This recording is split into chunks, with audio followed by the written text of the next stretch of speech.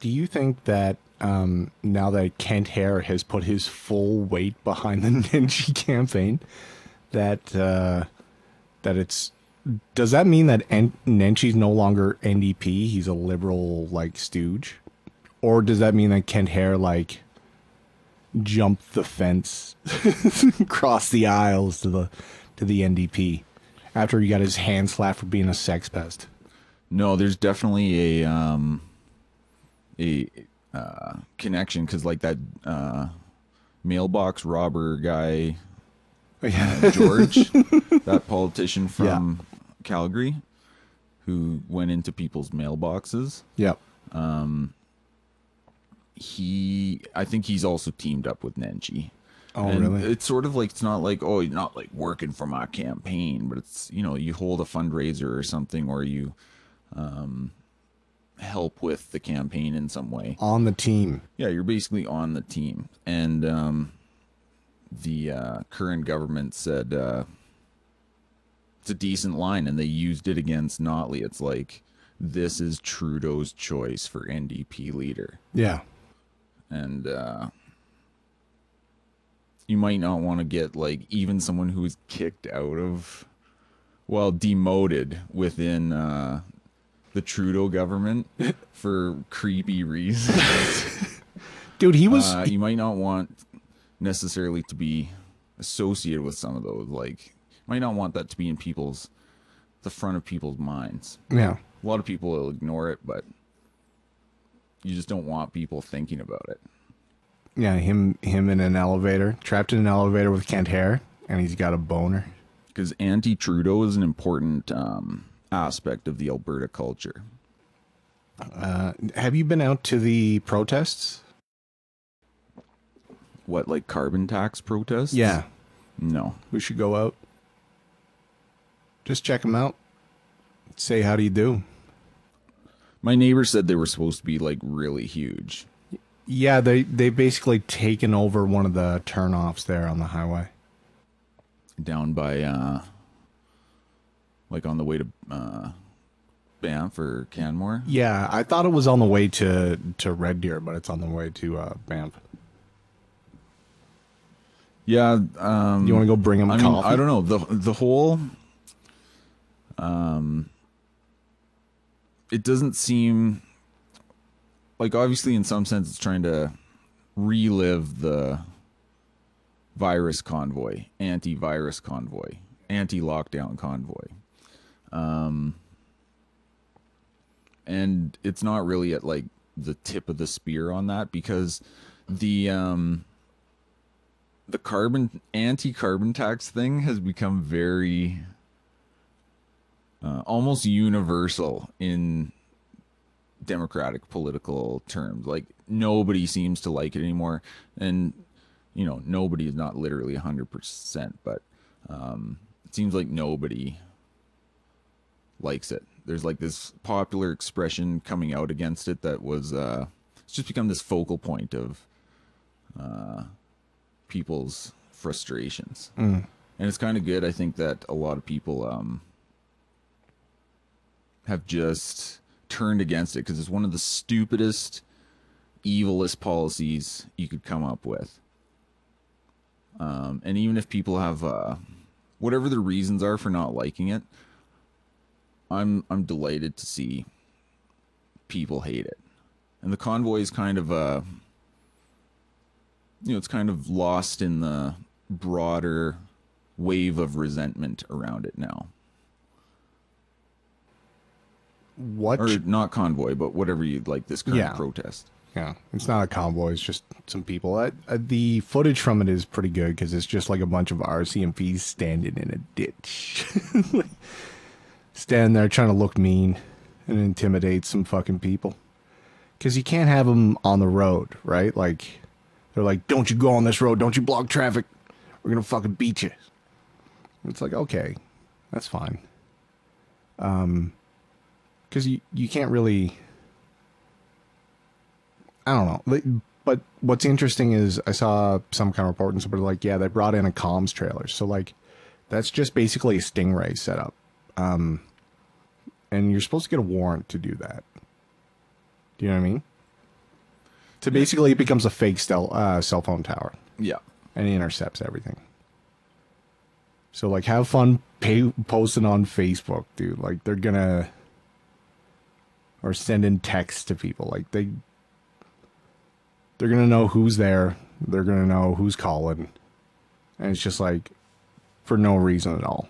Yeah, you'll just be, like, on a list somewhere. How many lists do you think you're on? I don't know. Like, government lists? I don't know. How many private lists do you think you're on? Like, as... Mailing lists? No, more like as political enemies list. Oh, I don't know, like 0? No, you're on one at least. Yeah, maybe some random list. One person's list. Are you surprised to see Canadians actually react to that Digital Harms Act? Well, how much did they react? It's hard to judge what conversations are actually dominant or kind of have a lot of heat to them. Sometimes because of all the sources of information are kind of like scattered. So it's hard to know what's really a big issue. So I don't know. Do you think it was a big or small or medium issue to I think people? I think it's like the carbon tax. Everybody hates it, but nobody wants to fucking call their MLA or MP about it.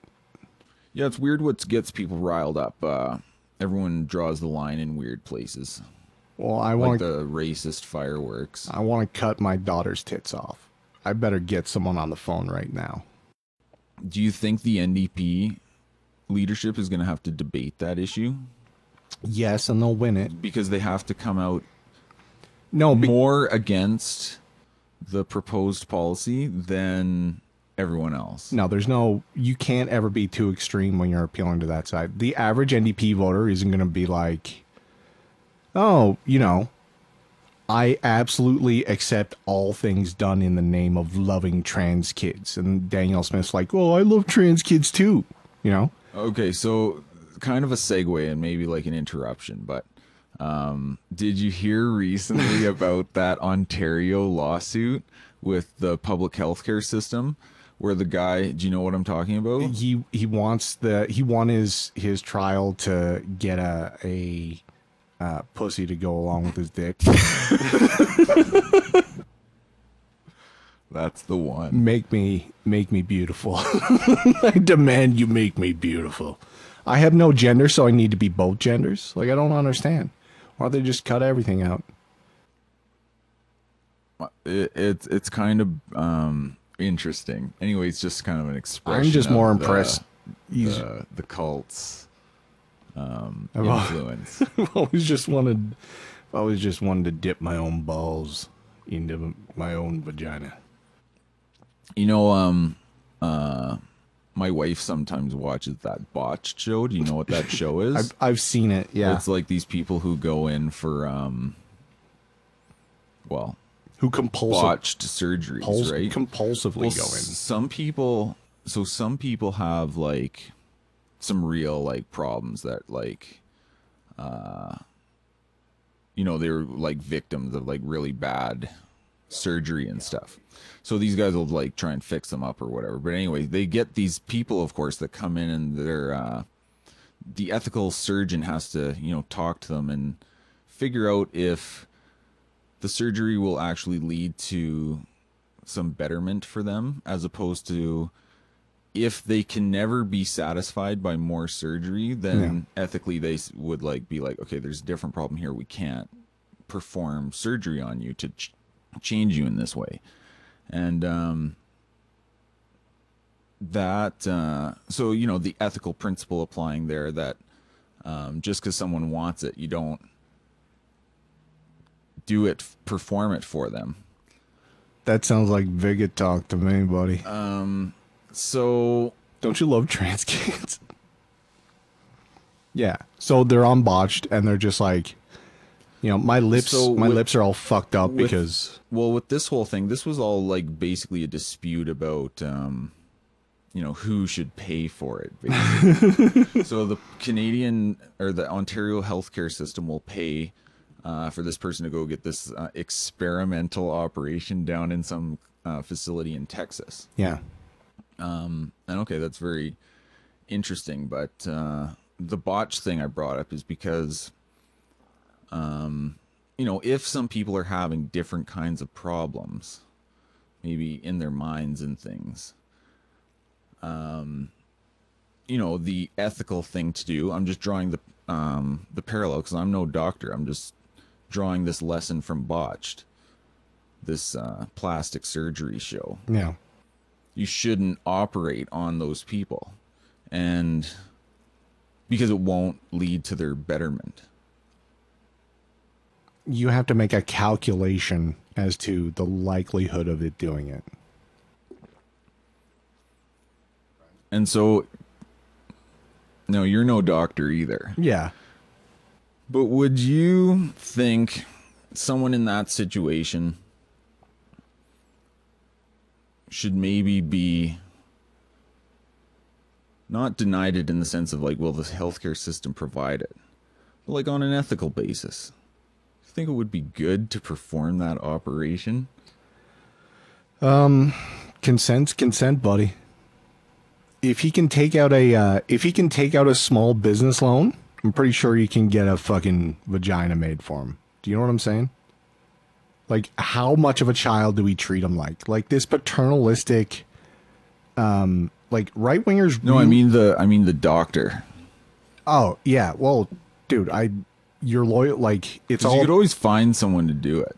Yeah, you could always get Dr. Frankenstein to like do it. I'm autistic and I want $100. Yeah, I'm autistic and I want to kill myself. Can you sign this piece of paper? And he's like, sure. Did you see how in Quebec they cut off cut off the guy's fingers because of his body dysmorphia about his extra fingers? Body integration dysmorphia, yeah.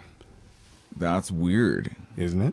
That's very bizarre. And it's like, oh, his psychiatrist signed off on it and the doctor performed it. It's just kind of weird. Well, there was always this, I think it was Adam Carolla, I recall saying this, and he's like, well, I've been a one-armed person in a two-armed person's body my whole life. Like, you got to take this thing off. Would you do it? And Pinsky's like, no. Like, your arm works.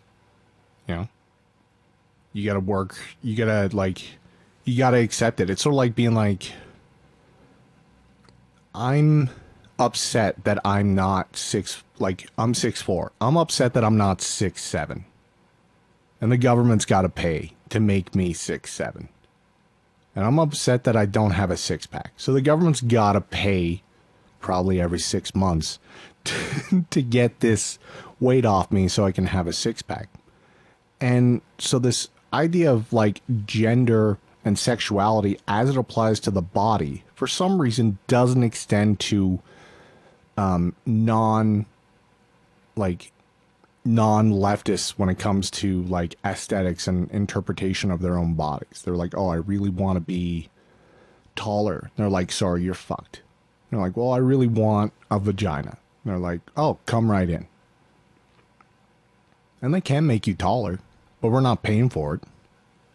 And the only reason why it pisses everybody off, everyone's got a fucking opinion on this, is because, like, someone put the shucks on the rubes. And we got to pay for it. That's the problem. These are all, like, covered. And that's why people feel like they have the right to an opinion. I don't care if you want to cut your dick off. I don't care. Okay, fair enough. If you want a third limb, go ham. I don't care.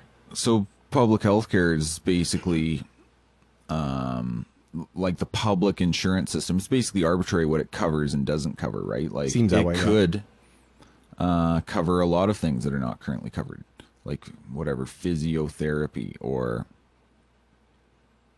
dentistry, or I mean, it could cover everything. And then there's the argument about, oh, it should cover this because whatever principle. But that's kind of the problem with public health care. Like, you should be able to, you don't want to be pooled with everyone like that. Yeah. You'd rather be, you'd rather have a different price if you're a lower risk person. Yeah. And you want to try to be pooled with other lower risk people. But Maybe you should start an insurance company, but like you have to answer a series of questions, like not like how many drugs have you taken, but like do trans kids exist? And if you say no, like you're allowed in. So it's like pooled insurance just for like sane right wingers. Well, mutual aid societies, right? Like 100 years ago, for kind of welfare or taking care of your community, they would have usually there'd be some stipulations because that's how basically you would deal with your medical emergencies and stuff. Yeah. The mutual aid society or the fraternal organization might have its own hospital or whatever, and members can just, it's like you have your, you know, you're paying your dues, so to speak, so yeah. you get the access to that hospital like or Shriners, what have you. like Shriners hospitals. Yeah, stipulations. Yeah, because obviously you don't want like bad people messing up your insurance pool. Yeah. So they would have things like if you participate, you would not be qualified for insurance if you like participated in a riot. Does that seem reasonable? Depends on what the riot was about. I was there at Stonewall, like gone. Or like sordid behavior. I don't know. I think that's like, yeah. I mean, I don't feel comfortable having a, for lack of a better term, pencil neck fucking tell me what's dangerous and what's illicit behavior. What do you think about that term, pencil neck? That's a hilarious term. I think it applies. It's an old school term. Yeah, it is. It's a good one. Yeah. But like I refuse to be judged by those I consider like my inferiors. Have you ever accidentally been like lumped in with a category of people that like you take offense to? Like the Irish? What? Say that again? Have you ever been lumped into a group of people that you're not a member of and you take offense of being associated with those people? I thought that's what you meant, but like, I mean, probably, but I can't think of it offhand. My buddy Jay reminded me of this story. I went in like being lumped into the category of Canadians. Yeah. Which one? What were you gonna say? Oh, yeah, I went to like this store to buy a replacement charger for my watch. And they're like, yeah, we can't sell you just the charger without a receipt. And I'm like, what are you talking about? And they're like, yeah, people steal these watches and sell them on Craigslist, but they don't have the chargers with them. So that's why we like, you have to see a receipt to sell you a charger. And I was like, are you fucking kidding me? And I fucking lost in the store. Like I had a moment, dude. Like I behaved uncouth, like a lower class. Lower class. So, because I immediately associated with that with the implication that I'm a thief. And notwithstanding how fucking ridiculous it is to not just sell me a product that I want. And in what world is it the role or responsibility of the vendor to like try to stop theft somehow? And they're like, oh yeah, don't steal that watch because whoever you sell it to can't buy a charger. Like, you kidding me? Dude, Amazon exists. Like if somebody rolls in and they're like, they've got a couple gunshot wounds in them and they've got like a blood-stained purse. Yeah. And they're like, hey, I need an accessory for this purse. Yeah. Maybe not a transaction you would participate in, but Joey Swole, mind your business. Mind your business. Of the time, sell it to me. Most of the time, I say, like, what are you gonna do? Like, I'm not gonna sell you a charger. It seems almost like there would be a government regulation behind it. It's so stupid. Yeah. So it was the and I felt bad because I lost it on the just whoever the salesperson was. I eventually pulled up my bank transaction logs on my phone, and then just go look. That seems like a reasonable way to overcome the stupid rule. Yeah, but it's not so much. Shouldn't be necessary. No, but I reacted in a a degenerate manner, and like absolute like public freak out tier thing, because it's being called a thief, or it's being implied I'm a thief. It's like I want to steal all kinds of stuff, but I don't, and it's hard not to steal. Why is it hard not to steal? Do you think you've got like a thief demon in you? Yeah. I want things all the time. So do I. But that's not the same as like. But it's like I want to steal, but I'm resisting it. No, I want things all the time, and it's like, well, what if you could just get this for free? And it's like, well, I'm just gonna take it. It's the ring of Gyges. Yeah. And well, like, you know what that is? No. No. It's from Plato. Oh. Now do you know what it is? No. Do you know who Plato is? No. Yes, you do. Like Plato, not Play-Doh. That's the joke everyone hears in like their first year philosophy class. Oh, not that stuff you play with when you were a kid. It's spelled different. It's Plato. Plato, do you know who I'm talking about? Have you ever seen have you ever seen Play-Doh fuck a boy? Well, this one did. So Plato, he was very Greek. You know, that's like one of the big philosophers. Anyway, he's got this thing like the ring of Gyges, right? My favorite alternate history scenarios is what if Socrates had been killed in his second battle, because he took a wound, and this historian broke down all these scenarios in which, like, okay, well, if this guy's not here, then Plato's not here, then fucking Aristotle's isn't here, and then Parmenides would have taken over. No, it was all about like, if this one spearman had been like 1 inch to the left, Western civilization would have ceased to exist. You know, it's like, it's all Socrates.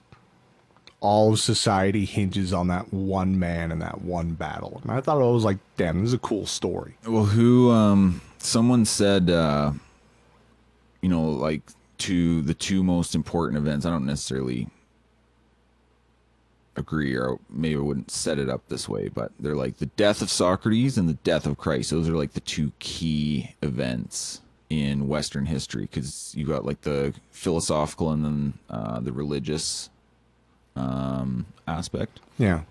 It's kind of an interesting way to think about it. But anyway, so ring Socrates. Ring of Gyges. Yeah, ring of Gyges. So that's this thing, and it's an interesting question. It kind of like cuts to the heart of the issue. So the ring of Gyges, it turns you invisible. It's like the Lord of the Rings ring. Yep. So if you had the ring of Gyges and you could turn invisible, the idea is you could basically commit any crime you want and you'd never get caught, right? Because you're the invisible man. Mm-hmm. Like, you'd be like, oh, maybe you can catch the invisible man, but you get the concept, right? Tax It's evasion. like, assume you've got some power. Tax evasion. Assume you've got some power that would let you get away with any crime. Have zero consequences to your actions. Why would you not do that? Yeah. So that's like the question around the ring of Gyges. And of course, it's like a moral question, or like what moral obligation means, or like duty or whatever. Anyway, just an interesting way to frame the issue. I don't know. Do you think the tackle the answer, or do you what think we were talking about before? Because you were talking about I want to steal. So like, what would you do if you had the ring of Gyges? I would just be on the Pirate Bay all day. And most of my theft is associated with like digital kind of stuff. Like, I don't want to pay for this movie. It might be gay. You know, and I buy a lot of media that I enjoy. My Steam library is quite large. Like, degeneratively large. Okay? Like, shame game large. Yeah. Like, I go in invisible I mode. go invisible mode so people think I'm at work, dude. And But like, I still steal games because like I don't know if they're good or not, and a demo isn't enough, and I don't trust like a lot of opinions on games. Fair enough. Right? So I'll steal them and I'll be like, okay, this is good. Boom. After I play it for like a little while, I'll add it to my Steam library. Or I won't. I don't want to get into it necessarily, but piracy is complicated. It's a different form of theft. And it's different than walking into some it's not walking into the store and walking out just with give me like your some stuff. guy's Blu-ray player. Well, I treat or his laptop. Yeah, there are gradients of theft, but like it's still an act. Right? Like I still chose. I could have paid. Like here's your game, sir. Or I could just be like, click, boom, I got it. Like, you want to go to this movie theater? Like, oh, I'll just wait for the cam rip. I don't care if it's lower. Cam rip? Yeah, I'll just wait for this. It's pretty, piracy's pretty crazy now, because it used to be a huge pain in the rear. Pain in the butt. Yeah, look at you. There's no way to say like the G-rated version of that without it saying really rear. I don't even like the expression pain in the ass either. It sounds kind of like uncouth. You're supposed to say pain in the dick, dude. Anyway. It's real pain in the dick. What was I saying? It used to be hard to steal. Oh yeah, now it's like, now you just type in like free movies in like the search box. You don't even have to download. You just Then stream go to it. some website, you got free movies. Popcorn time. Just don't click any of the strange links. Make my dick bigger, really? Sure. Oh, the conversion rate. No, but I associate it's the same, like, it's the same concept. Like, if I had to defend before God, and he was like, hey, you know that somebody put a bunch of labor into this, a bunch of work, and, like, they deserve to, like, recoup that. Which is kind of like a different argument, but let's say that was the case. And to me go like, man, fuck them. Like, I'll just take their shit. They're like, hey, you know, they like, you know, if they don't make any money, they're going to stop doing it. That's like at least an appeal to self-interest, because if it's good, you want them to keep doing it, right?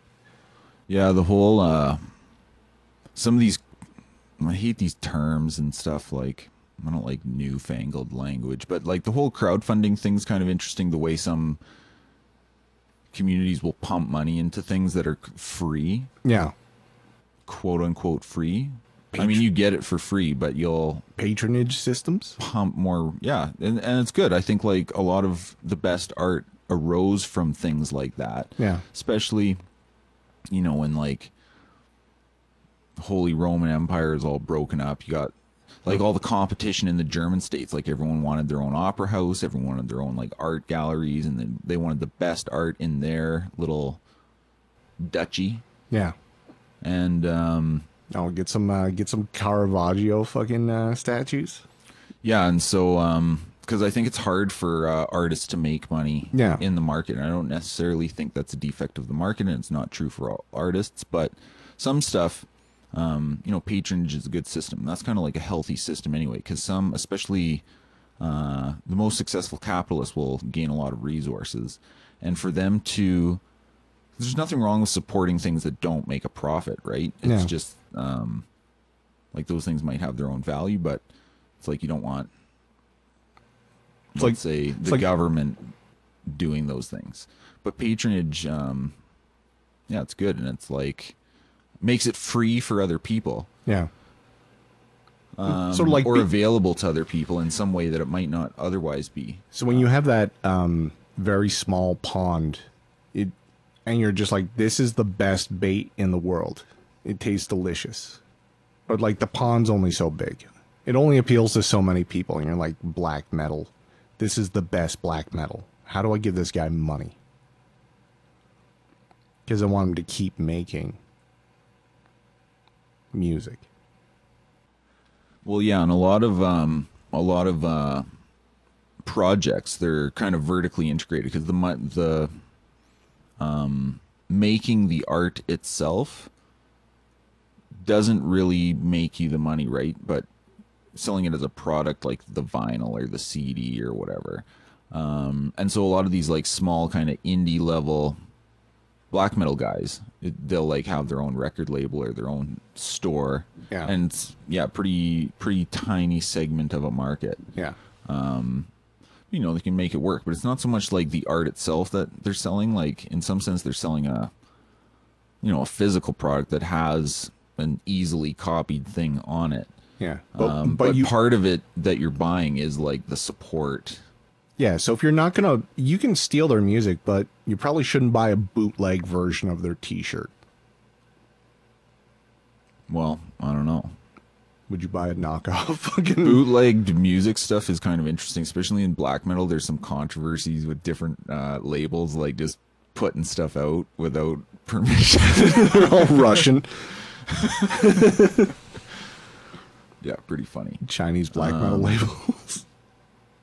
So I don't know, what were we talking about before? I got there the because ethics of stealing and wanting to steal, and the ring of Gyges. Yeah, and see, if I had the ring of Gyges, I wouldn't be using it to commit crimes. No, I'd be using it for justice. It's not crimes because they're moral. Well, those aren't. Yeah, I guess those aren't crimes. I don't really have a desire to steal or like kill people or anything. So be like, man, the only reason I'm not killing that guy is because it's against the law. Well, like most people don't kill people. I remember Pendulette did a. It's bit mostly on this. just sociopaths or like, Yeah. And that is a segment of the population. Are you? So and you're some not- people need to be like restrained from the rest of society. Most of society can just get along perfectly fine. Are you saying you wouldn't That's kill? why you need prisons, Well- and that's why prisons need to be about, again, that like physical removal, to use our favorite term. Yeah. Anyway, Somebody's favorite term. Hop wave. physical removal. So they to gotta speak. go. They gotta go. He's You gotta go gotta back. go. You gotta go back. Get the fuck out of here, dude. My rent-controlled condo in Vancouver. See, there's a question of physically removed. So think of those two words, physically removed. Now that could describe, so say someone must be physically removed. So think about two interpretations of this statement. So this person must be physically removed, which means I must physically remove them, for example, or someone must like act upon them and physically remove them, right? That's one sense. Think about another sense that is maybe a little nicer sounding and also quite agreeable, in my opinion. They must be physically removed in terms of like a status they have. Like they are physically removed from me. They are physically removed from my community. Oh, removed as in like a... Like it is a characteristic of the person, It's not something that is happening to them. it's a tangential, like... And the same way I would decoupling. be physically removed from them. Yeah, you could just move. Doesn't that sound nice? No, then you should just move. You want to take the nice way, then just move. Do you know what I mean? They're going to have to change for me because I'm not changing for them. We're back to physical removal, buddy. I was here first. Homesteaders' rights. We're talking about Canadians because we've got two brand new Albertans. Yeah, there was a Sun article. Actually, one of them wasn't... One was based. One wasn't a Canadian, though. Yeah. Well, he was actually came from the States, didn't he? Yeah, he was from Tennessee. And then he was in BC, and then he came here. Yeah. So The other guy is just from BC. yeah, Sun article about It's one of the only provinces that has net positive migration at all, but it also like dwarfs the rest of the country. yeah. In terms of like just the numbers, because basically everywhere's going down except Alberta. So like people are moving here, which raises the question, what people are moving here? Dude, so yeah, we watched Civil War and that What, that movie? amazing questions. Like, yeah, I'm just gonna move to Alberta. I'm a Canadian. Like, what kind of Canadian, dude? What kind of Canadian So are you? Sun article with two characters. Yeah, one is a The Calgary Sun. It was a physical newspaper we were looking at. yeah, it was quaint. It's quite charming. Yeah, we didn't check the Sunshine Girl, which I regret. I'm regretting right now. I wonder if she had like cigarette scars on her arms, too. Yeah, and so one was a absolute fucking soy boy from Vancouver, and they're like, "What do you do?" Well, I'm a comedian, and Did he say that? that he loves That he was a comedian? yes. No way. Yes. I didn't catch that part. That makes it way And worse. he often tutors students and runs a podcast out of his house, which was under construction. Oh, I missed this part completely. I read it out loud to Is you. this the first guy in the article? Quite eloquently, I read it out loud for you. Okay, I was zoned out or something. I was enjoying my breakfast. He was like, "Oh yeah, I lived in a rent-controlled like property, and all of a sudden they just started doing In Vancouver. In Vancouver. Yeah, rent controller. rent control. Yep, and because the government, and then eventually it became too Gotta love expensive. that. So like even with rent control, things become too expensive for like certain people, right? Like, and they're like, "Well, we're going to do construction." Like, how long is construction going to take? And they're like, Well, 5 years. He said you couldn't move because rent control is the baseline. So Yeah, he's like, he you wanted to- couldn't move without doubling or tripling your rent. Yeah. And that's like, you know, for most people, that's going to be a hit to the pocketbook. That's going to be rough, dude. That happened to me when I was younger. Yeah. Happened to me every time I moved. Doubling the rent, like exponential increase. Not a double, but Sometimes you get a huge shock and it's like, boom, it just jumped. you're not ready, dude. Like 50%, even a 50% increase is, When I was a young man, yeah. my first apartment went from like 400 or 425 to 700 a month Yeah. at one point. That was like, because I was a bachelor with like part-time job.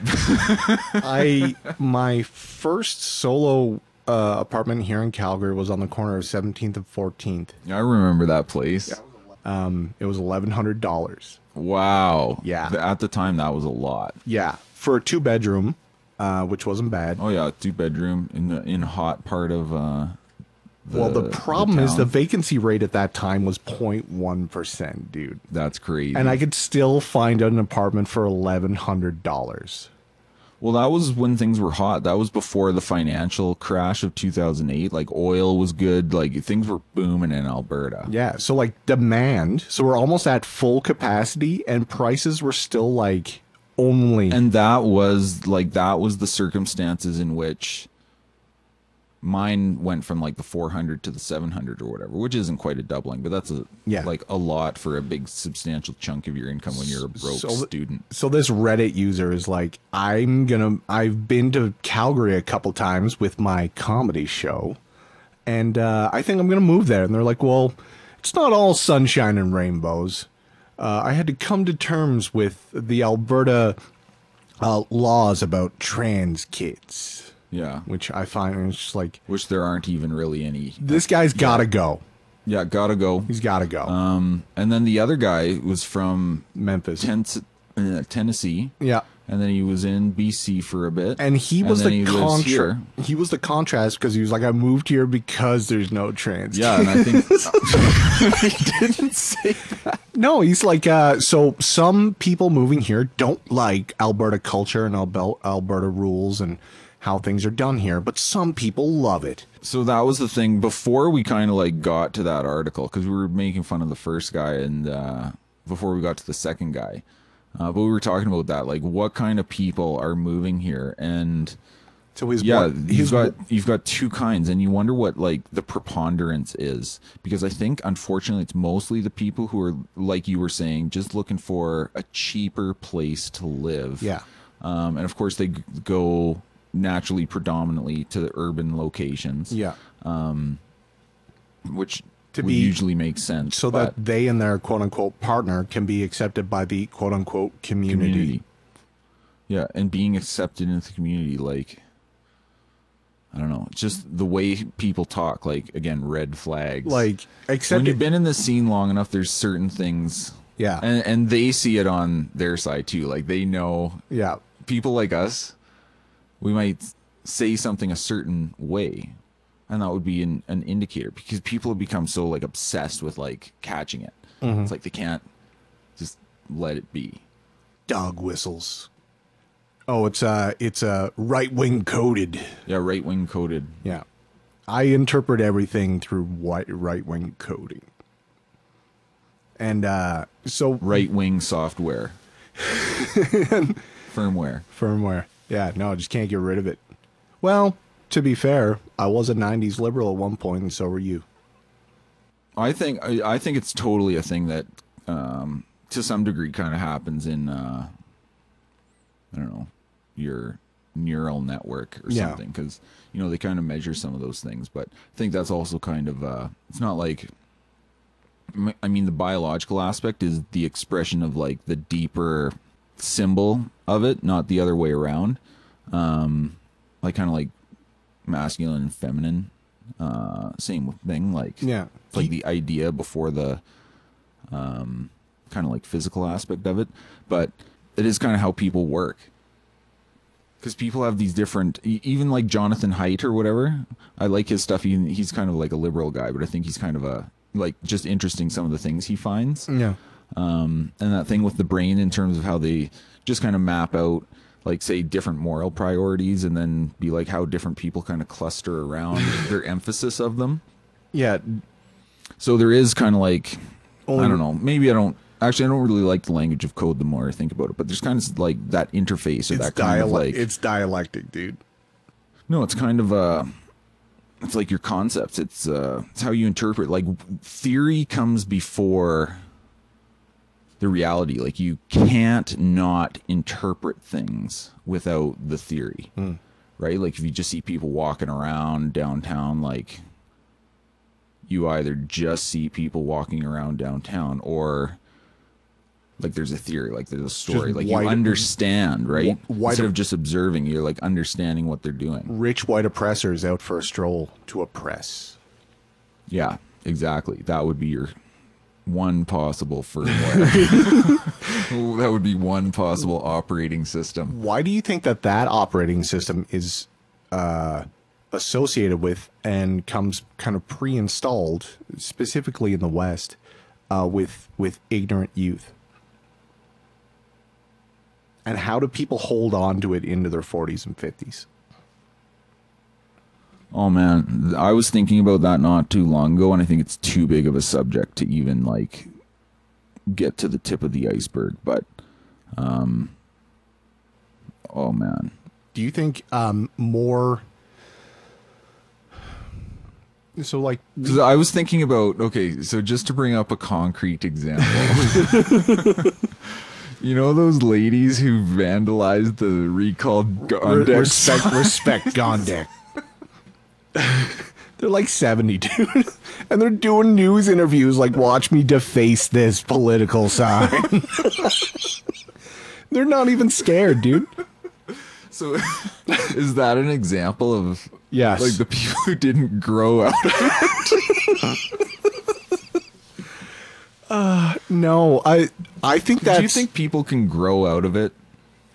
Like, is that a thing that happens to, like, say, normal people who aren't, say, ideological? What I was gonna get at there was that those kind of beliefs and values, the reason why they're associated with ignorance and youth is because when tested against reality, they tend to change.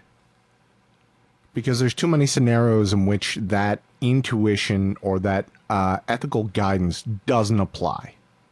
They're like, yeah, I love fucking heckin' refugees. Come on in and sleep in my bed. You know what? Fuck my wife. Come on in. You know? And eventually, you know, once 2 or 3 people get stabbed in the throat over that, and they're like, well, maybe I shouldn't let these North African refugees sleep in my house. Okay? And they go like, you know, but they'll go like, well, but immigration's still good. But it's just not in my backyard. Okay? And that's like your first like level. And then like the next level is just like, no, it's not good at all ever, period. Like, you have to like be discerning about who you let into your country. And that's after you see just hordes of people coming across the border, and you kind of look at the numbers, and you look at costs, you look at these other things. Eventually you get to this point where people go, oh, you're a selfish, evil, sociopathic right-winger.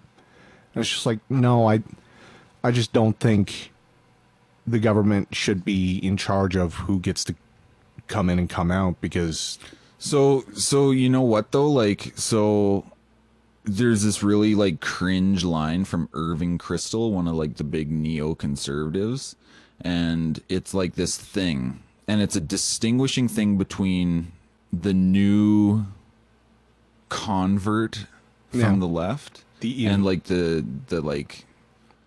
one who's like the true one of the right, or someone who's really like switches, right? Yeah.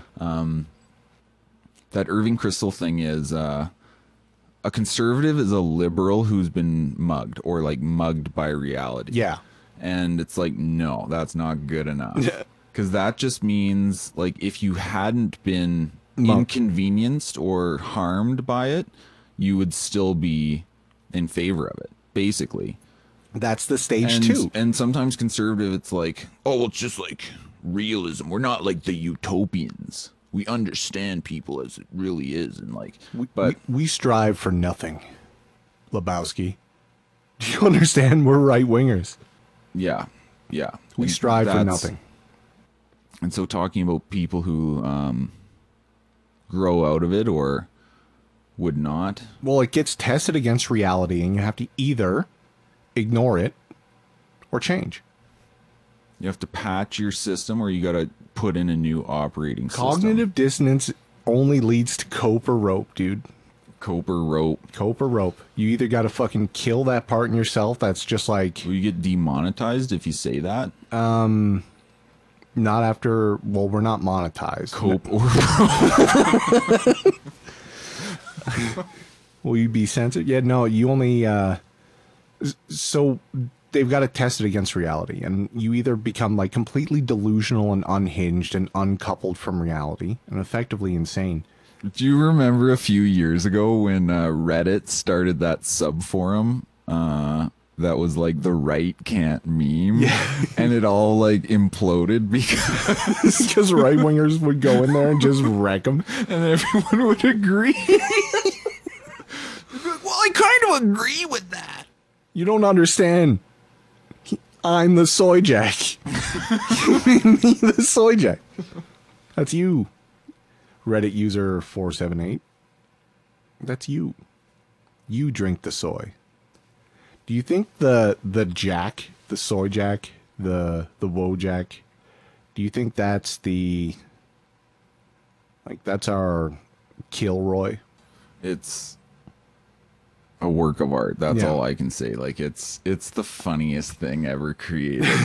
The literal me's? I think it's just like nothing else. Is the Giga Chad a Wojak as well? Like a Jack?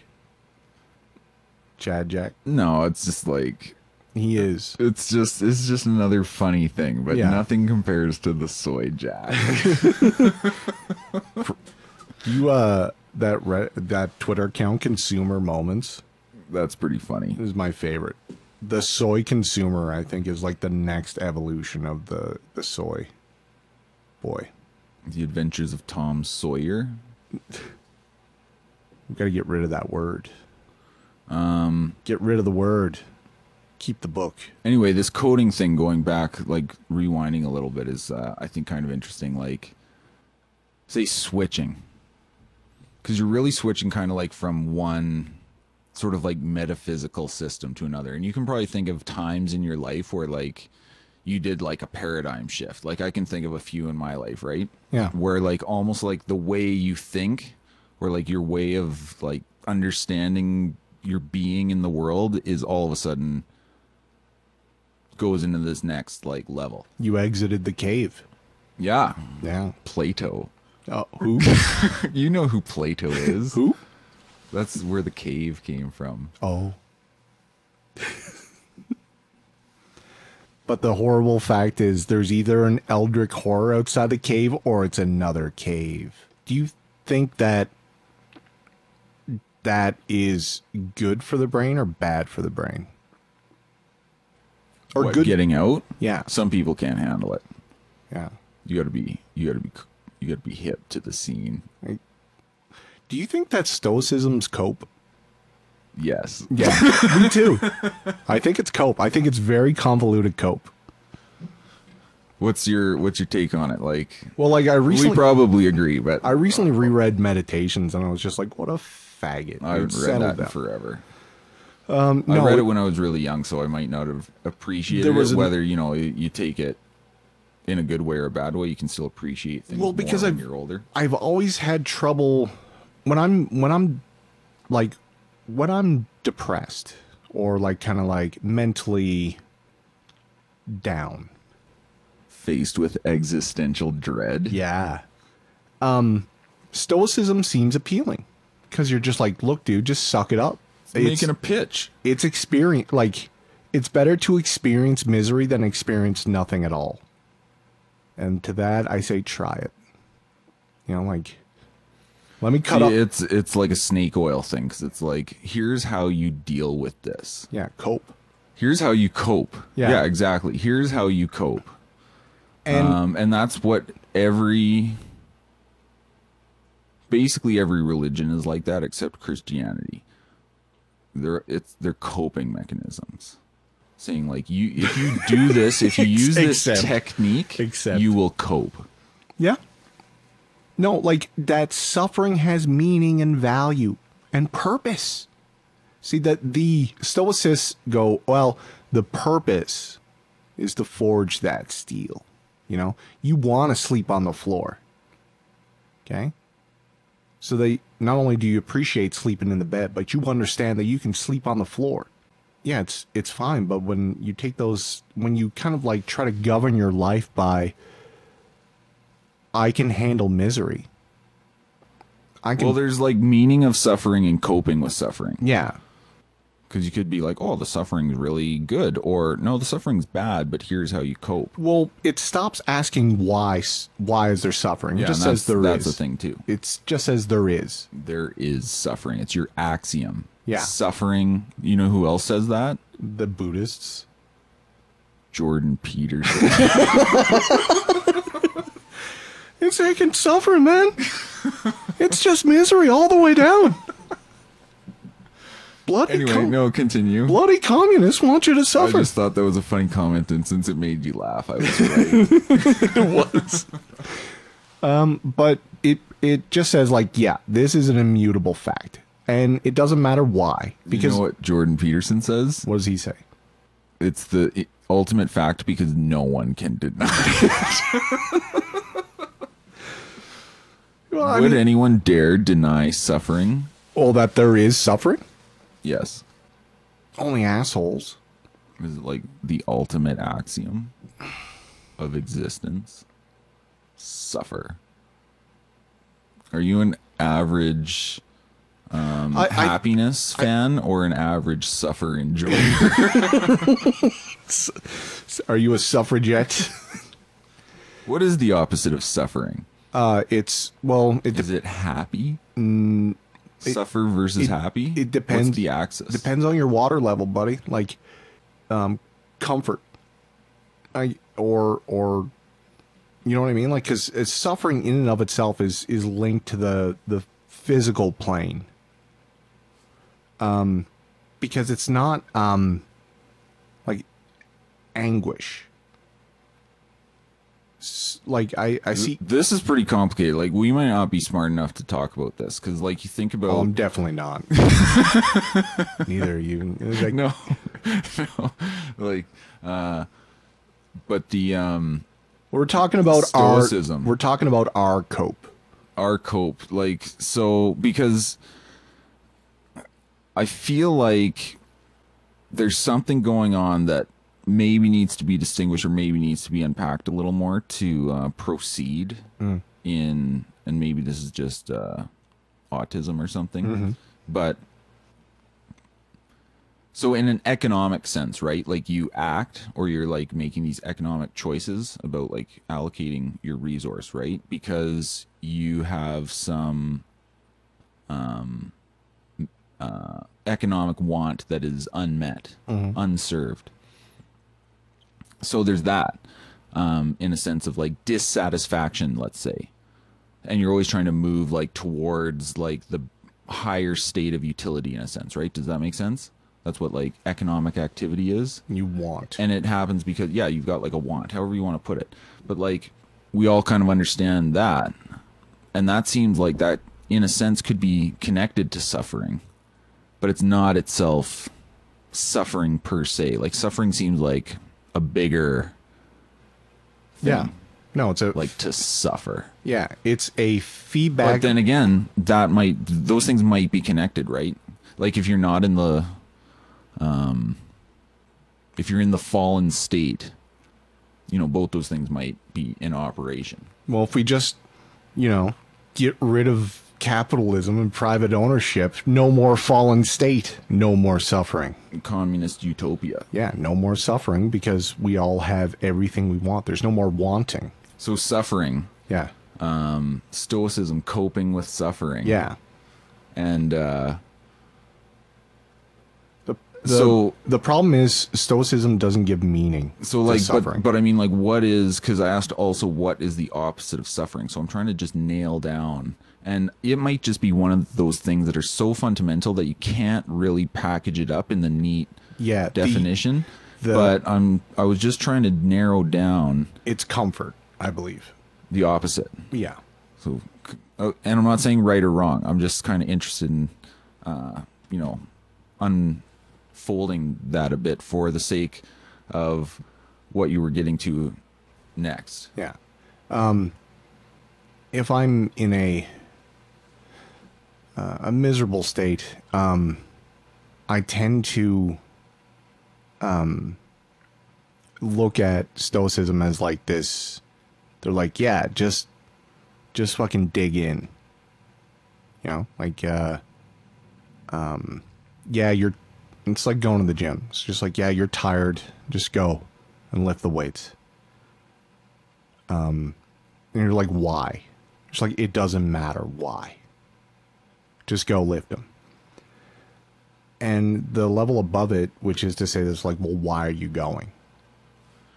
So it's like, is it trying to say like there is no meaning and here's what you do, or this is the meaning? This, like, you know what I mean? Like, you see the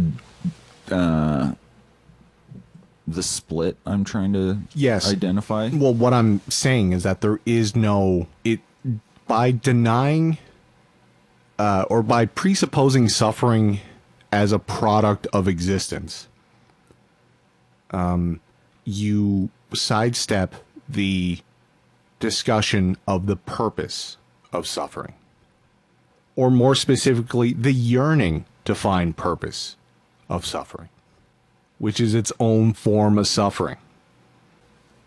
That's very interesting. Yeah, do you? Because we were saying that I don't know, in a sense, like these coping mechanisms, like they've all identified a thing. And they're all proposing to say, like, this is how you address this suffering. Yeah. We all know it's there. What if I told you... We all agree on that part. Yeah. What if I told you we could use these resources to help 100% of the people? You're not against helping 100% of the people, are you? You don't hate people, do you? I do. I hate people. Just give me some of your stuff. Do you love people? Do you love black people? Do you love people? I do. Good. Yeah, I'm on Team Human, dude. You didn't tap dance around that one. No. What if I asked you, do you think some people are better than others? That's a Sorry, big was that unclear? That's a big filter. Are some people better than yes, others? Absolutely. You didn't tap dance around that one objectively either. And subjectively. Very interesting, your answer to those two questions. Do you think those two questions will cut to the heart of any human? They're the first two questions on our right-wing insurance company, like, questionnaire. Do you love people? People. Yeah. Which people? Which people do you love the most? Do you love people? Yeah. Which people? Yeah. I love some people. Do you love people? Well, no, I guess I don't. Yeah. I love some people, but not everybody. So you don't love people. Jesse Lee is going to be a special like consultant for the questionnaire. That's pretty funny. Do you love people? Were you and are some people better than others? Were you raised by a single mother? But can you love people if you think some people are better than others? Yeah. Do you think that's the only way to love people? What? Do you see the connection between these two questions? Do you see why? Like no. you said, they're the two like questions at the top of the survey. Because they're not exclusionary. What? Because what's not exclusionary? You can love someone with admitting that they're like not as good as someone else. Only God loves the best. Did you see that thing? So one of the classic right versus left kind of dichotomies, or the ways you might express it, is the and you can frame it positively, like looking after your own versus kindness to the stranger, for example, like inward versus outward, kind of like that sort of dichotomy, right? Yeah.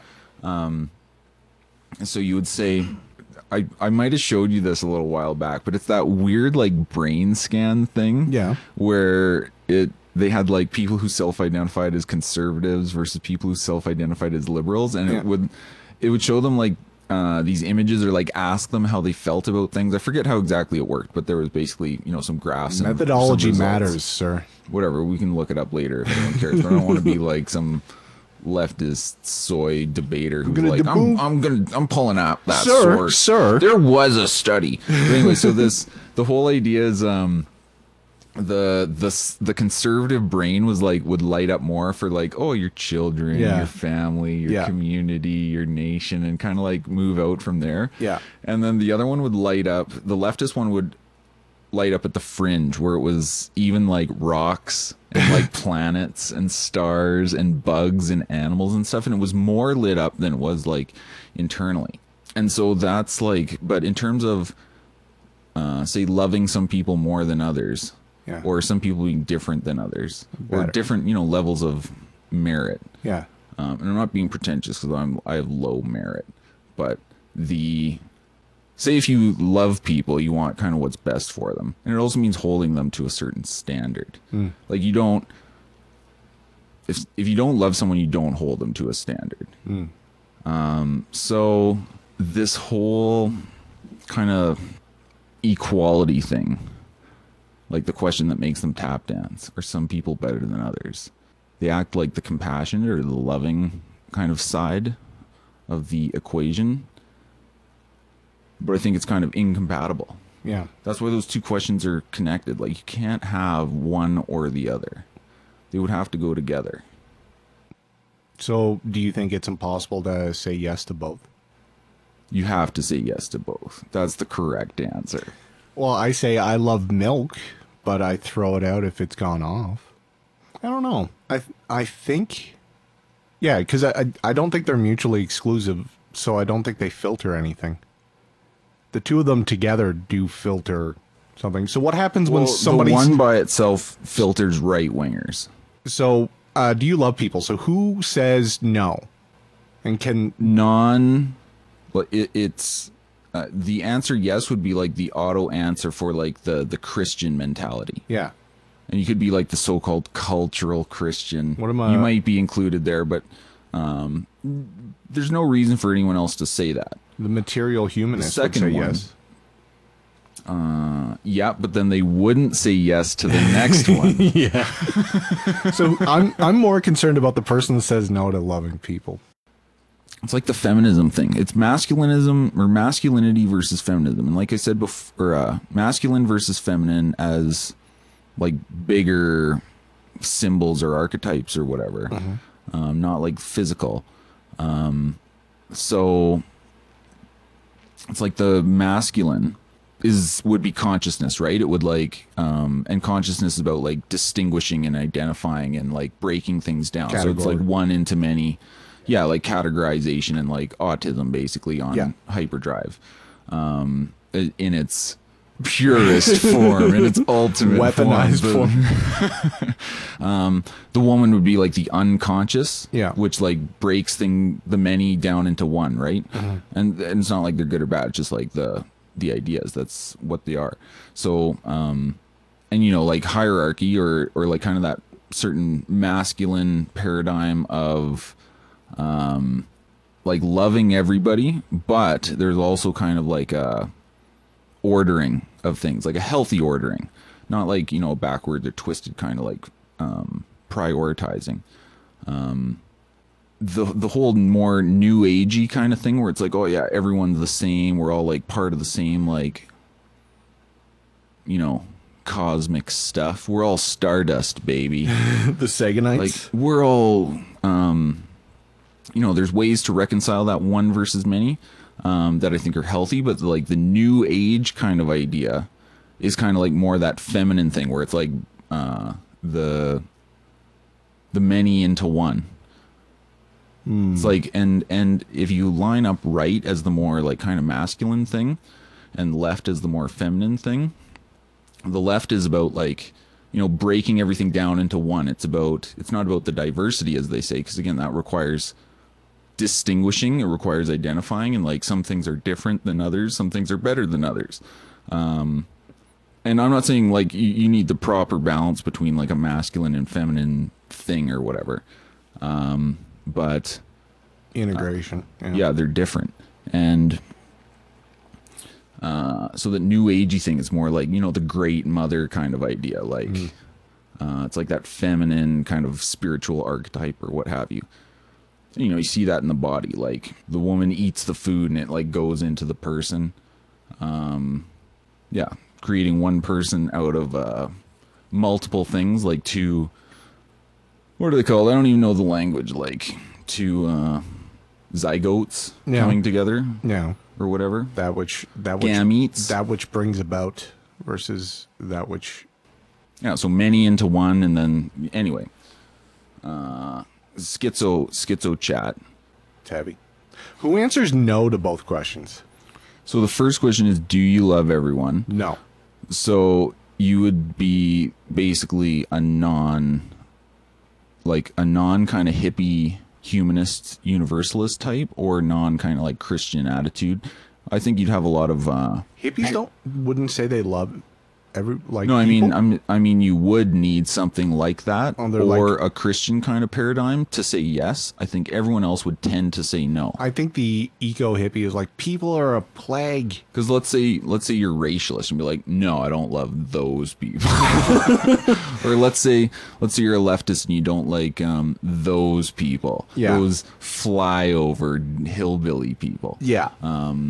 I don't love them. Yeah. Or you know, I don't love the Muslims. I don't love the Jews. I don't love, like, there's some people I don't like. I don't like those Chinese people. I don't like Canadians. Except for that Ben Shapiro. I don't like Eastern Canadians. He's one of the good ones. He's based. Yeah, so a lot of people would be like, I don't love everybody. Yeah. And it seems like the easy, no, but we didn't, seems like the most obvious answer for. We didn't qualify it with all. We just said, do you love people? Not all people. Yeah, no, it's supposed to be all people. Okay, do you love all people? Not just people as like a set of the overall group people. But those are different questions to me. Am I crazy? Well, I don't know. So let's say, do you love all people? No. You say no. No. Okay, so but you answered yes to the second question. Yeah, I love so people. You'd be like like you'd be outside those other two categories, and you'd be a right winger. Yeah. So that makes sense. The question like filtered it out. Yeah. Do you? So now, but like, who would answer? Yeah. Well, no to both.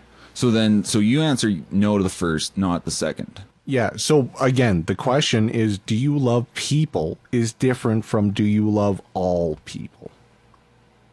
Well, I took them basically to be the same. They're not. They're do not you even love close. mankind? Or Yes. do you love man, like the race of man? Or do you love humanity? Yeah. But more like not as a blob, but like all the individual people in that blob. That's how I was using it. I see mankind different from people. That's what I was saying. We're not smart enough to talk about Yeah, these I things guess because we got to be like hyper philosophical and make these like clear distinctions. Because now you've brought up an important point, and that changes your answer. So you're no longer a yes person, But they're you're different. a no yes They're person. different questions. Right, but now if we're changing it to yours, so now your version of question one. Okay, is okay. the We'll two start. questions. We'll start over, and we'll say that there's two sets of questions. Okay. One is, do you love all people? Yes or no? Yes or no? Yes or tap dance? All people? No. No? Okay. So then second question. Yes. Are some people better than Absolutely. others? Absolutely. I would make that a sliding scale, and I'd circle the fucking 7, dude. Okay, so you're a no yes. Yeah. And I'd be like a yes. You love all... I love all people. I want what's best for them. Even commies. Even commies. Even rapists. Even rapists. They need to repent. Even your enemies. Even my enemies. Even your unrepentant enemies. Even the unrepentant enemies.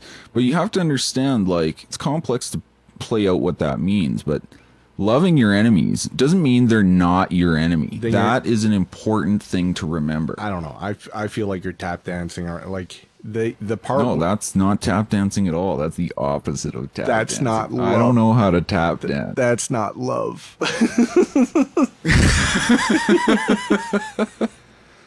So, if you had the ring of Gyges, would you? You wouldn't kill your unrepentant enemies? Well, some might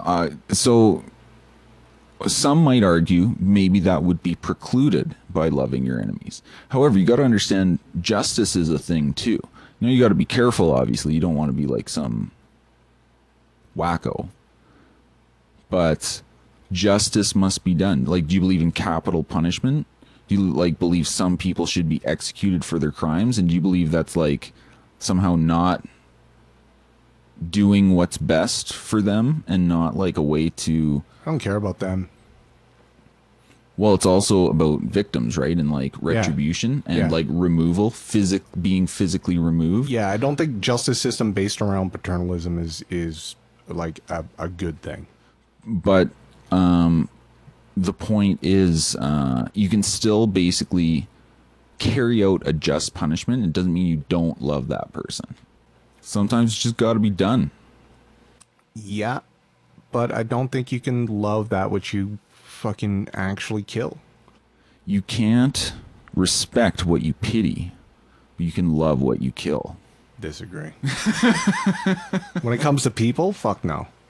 I can love my cat even though I put it down. What about you love suffering? your steer before he becomes a burger? Yeah. Not that, but that's the same as my cat. But if my cat, like my cat's suffering and got to put it down. However, when it comes to people, I think the part where it's just like, I'm going to make this choice for this other person because I believe it's in their best interest. Because that's an expression of my love. I don't have kids, so maybe I'm fucking out. Well, it's like, what is best interest? Yeah. And, it's like, oh, well, my best interest differs from yours. I'd say on like the biggest level, all of our self-interests are basically the same. Not like a new age kind of thing. Can you not care our real interests? Can you not care what's in the best interest of an individual that you love? Say that again. Can you not care what is in the best interest of someone whom you love? I don't think so. Seems somewhat contradictory or incoherent, but maybe I'm wrong. Depends what you mean by... See, this is too heavy. Yeah. Because we were trying to define suffering. Yeah. And now we're rounding around this point where it's like, what is love? It's autism. What does it mean? Yeah.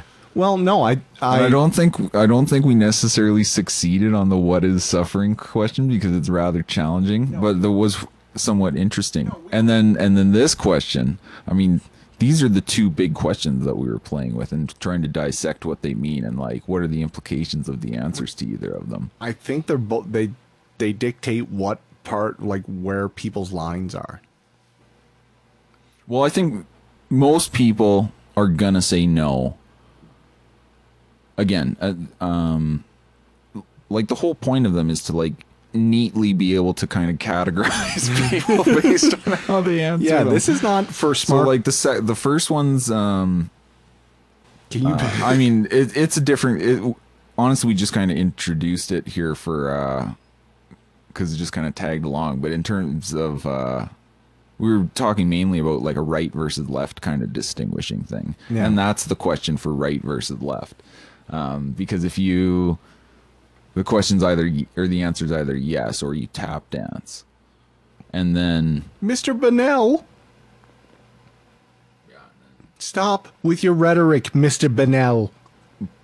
but I think bringing them together, like, are there any other interesting questions that work this way that make people tap dance, and then the tap dance, or, you know, just how they answer helps you kind of put them into interesting, big kind of categories? Because, like, I personally like putting things into categories. I think that's very useful.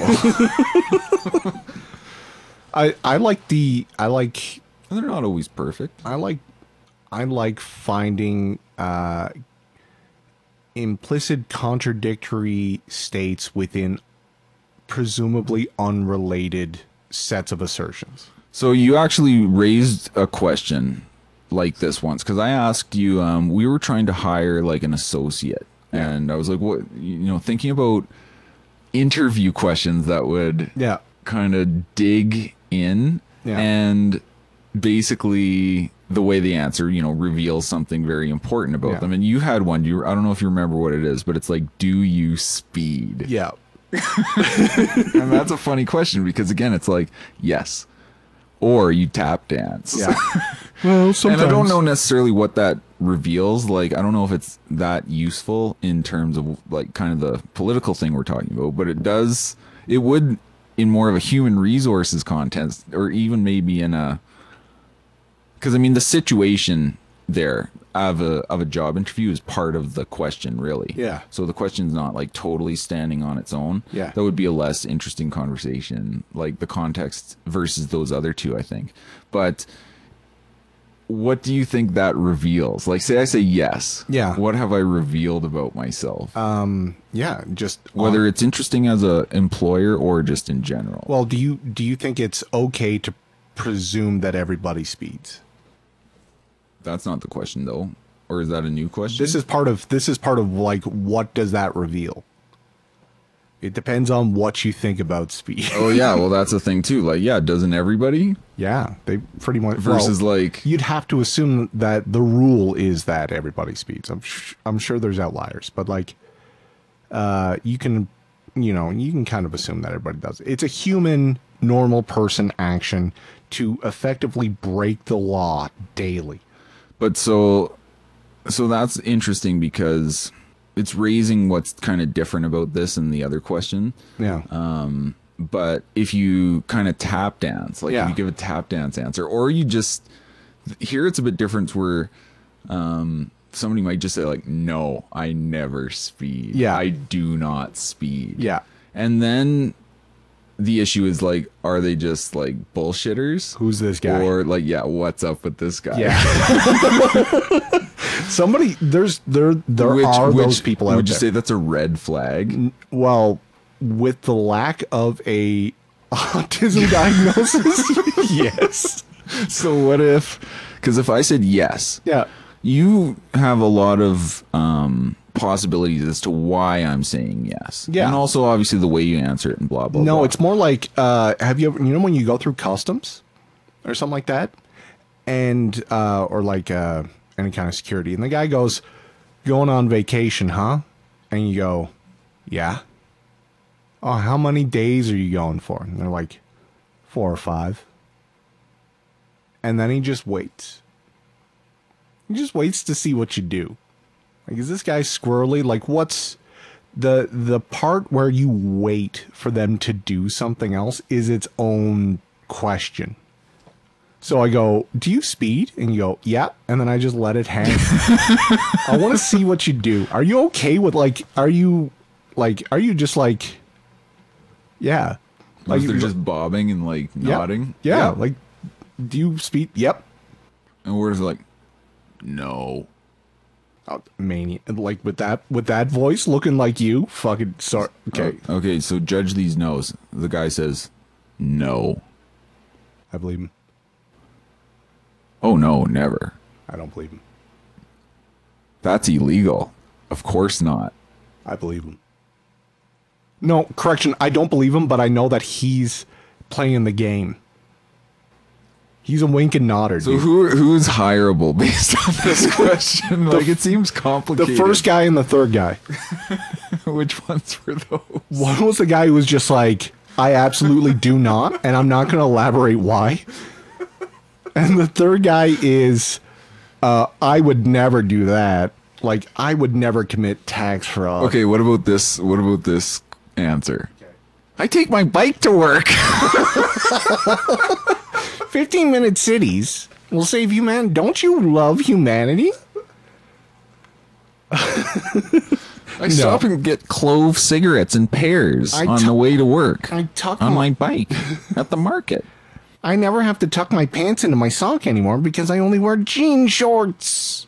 Have you ever smoked a clove cigarette? Yeah. It's nasty. Yeah. Okay, whatever. No one cares. That has nothing to do with anything. It's an experience. Should we have an intermission or should No, this is too... We're in the pocket, dude. Okay, I don't even know what we're talking about. Yeah, like these questions, like we're trying to figure out what would we put on our right-wing insurance company questionnaire. I think I'm going back to those two questions. Again, we kind of like put them together in this 2-pack, like stole...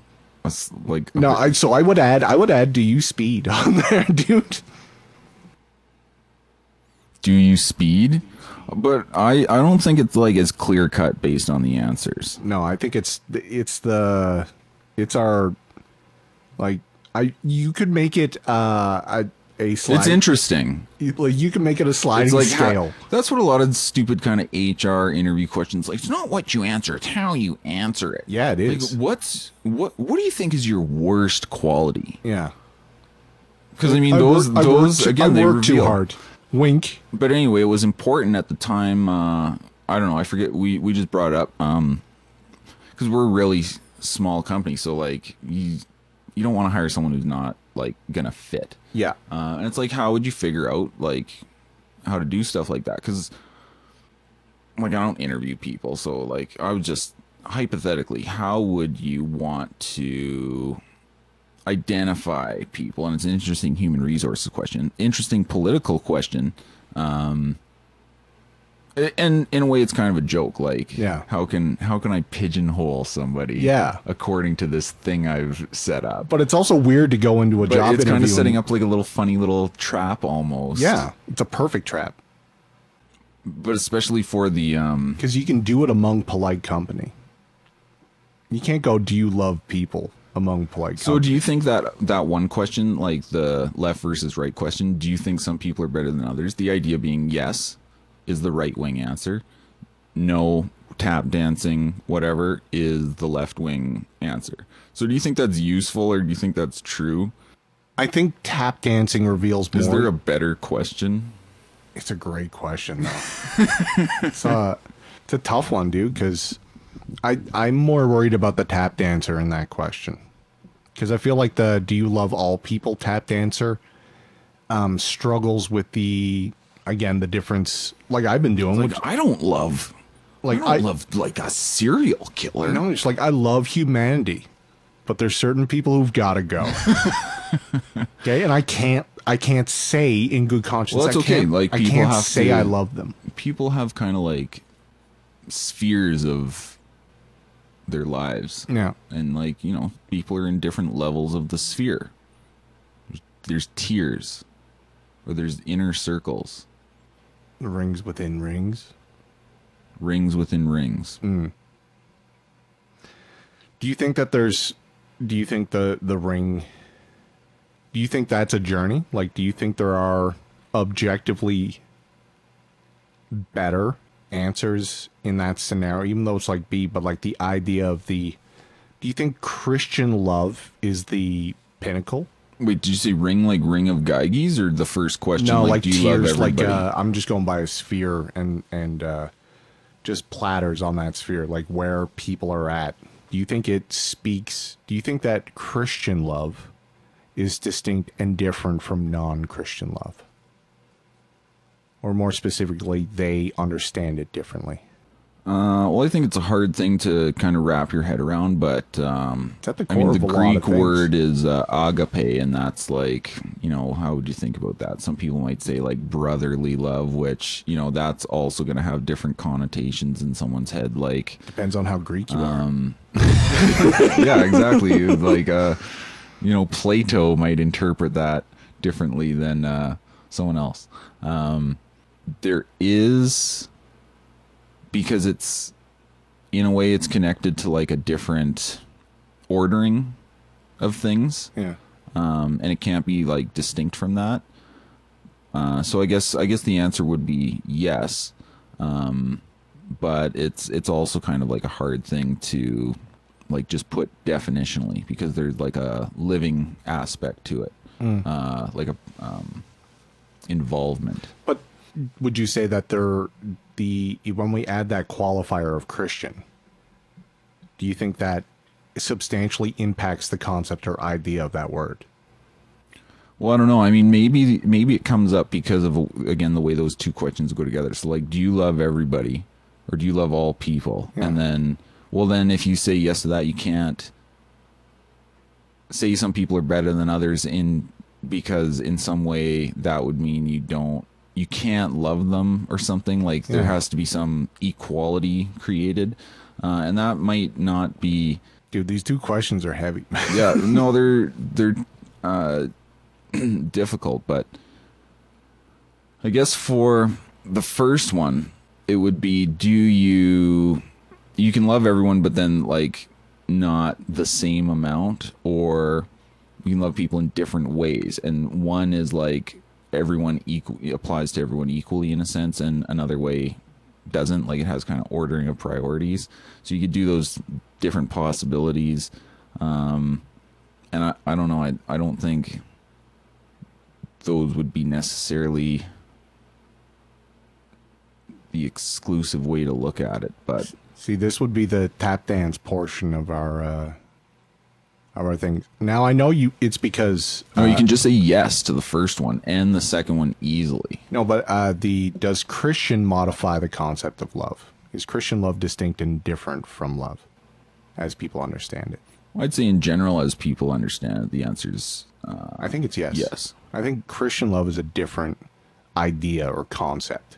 Yeah, well, they use the word differently in their writings and It's stuff. like, but do you love your wife? And he's like, yeah. And he's like, do you Christian love your wife? Like, no, what? No, not like that. well, and it's like different too. Like the So last night I was Christian loving my wife. pretty weird to think about, actually. He's sitting around reading the Bible. You fucking degenerate. Well, then the next part would be like, do you Jewish love all people? What's that? I don't know. You tell me. Do you Muslim love all people? Yes. Do you Buddhist love all people? No. Do you... Hindu love all people? No. I watched this documentary about a cult recently, the Fundamentalist Church of Jesus Christ of Latter-day Saints. Yeah. So like an extreme kind of offshoot of Mormonism, but...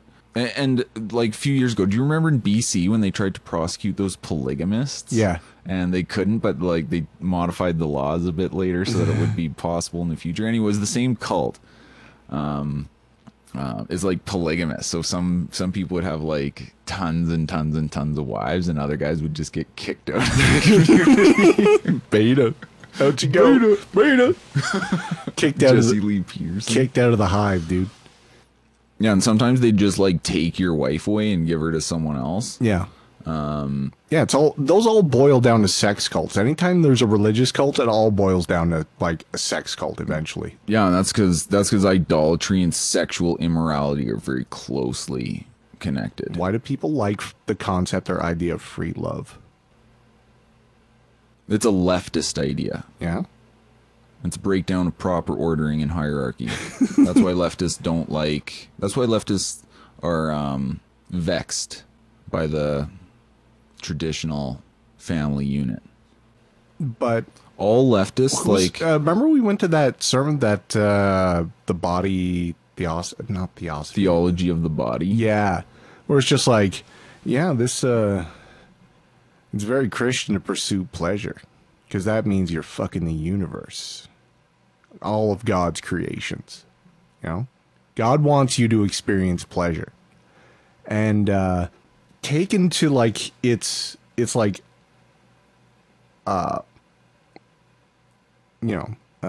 apostate conclusion, it would be like, well, you know, God told me to fuck all those people because that's what he wants. Pretty much. That's what they were doing at that. They had this facility in El Dorado. Yeah. And they had this vault that was full of like the guy's sex tapes and stuff. And he would put on like lesbian. He would put on like lesbian makeout shows for himself and to get like the people excited for, because sometimes they have these really young girls paired up with like these old kind of fogies. Yeah. So the whole thing's pretty gross. Yeah. And but yeah, the whole cultish kind of thing always deviates into that like sexual degeneracy, and there's something interesting going on there, especially if you apply the kind of cultish label to what the modern crazy left has become, because has a lot of characteristics of cultishness. Mm-hmm. And also leftism, very associated with more sexual immorality or sexual degeneracy, quote unquote, coming from Marquis de Sade, like the ultimate leftist in a lot of ways. Who's like the ultimate pervert, really. I mean, didn't that, to be fair, that there was wasn't a Dutch or Italian MP who just got fired for like, there was a video leaked of him eating his own shit? Wow. I didn't hear about that. Did you see that? Awful. Yeah, there's a video of him just being like, I want to be used as a toilet, and then he just takes a dump on the floor and eats it. And then everyone's like, you got to get the fuck out of government, dude. Like, you got to get out of here. You're not right. And he's like, look, I'm just doing what makes me happy. You're like, well, you shouldn't be in charge of anything. Like, should that guy be a ward of the state? No, I think that's like a severe... Do you love that guy? Yeah. Do you Christian love that guy? Yeah. They're different, dude. No, but it doesn't mean they don't have to be dealt with or physically removed in a loving way. Shit eaters, get out, dude.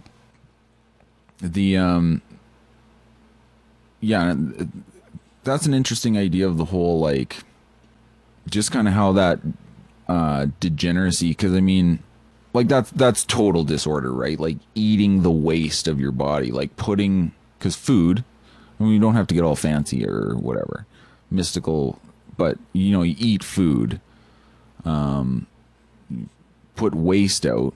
Like, eating the waste is like, you know, a corruption of nature itself. Like, it's just like, you're not supposed to eat your waste.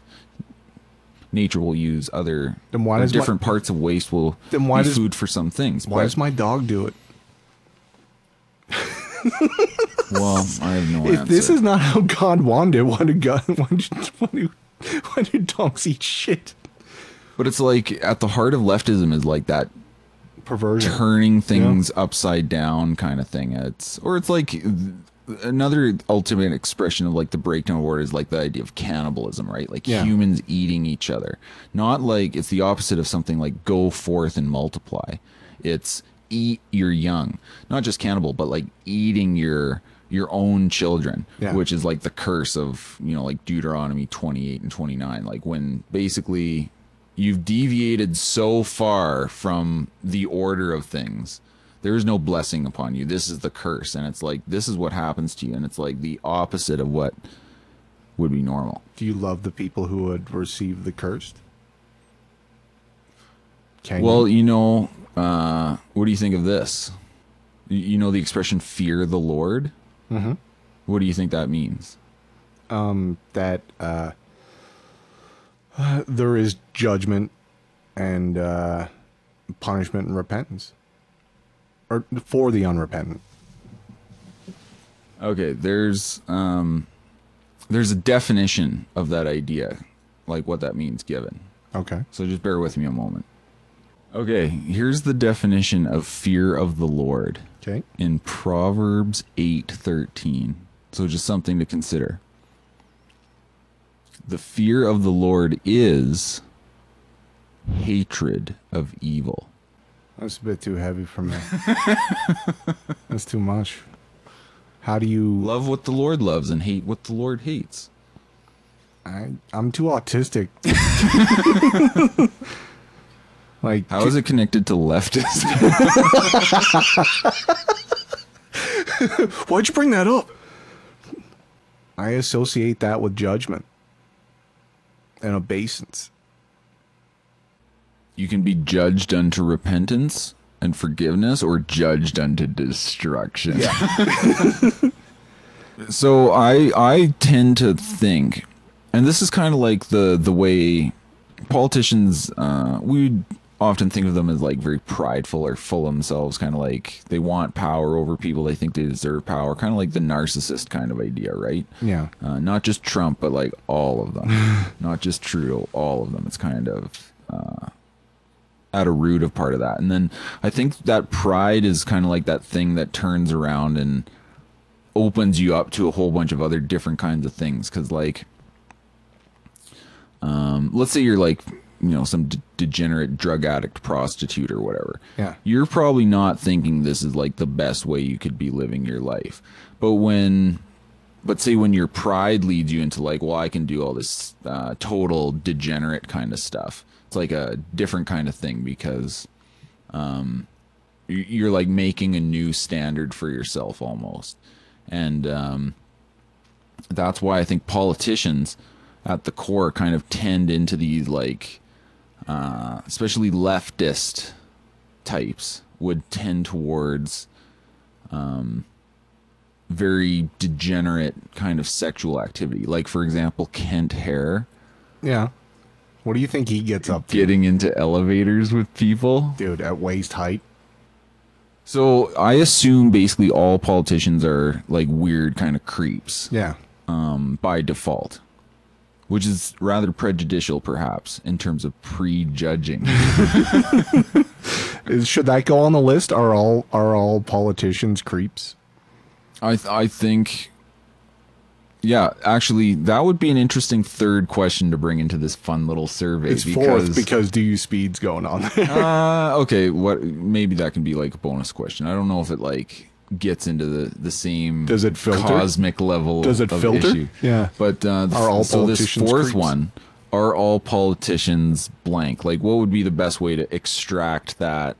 And again, it's going to be often like a yes answer that reveals, okay, yeah, I can work with this, or the tap dance. No, it's like, it depends which not all politicians.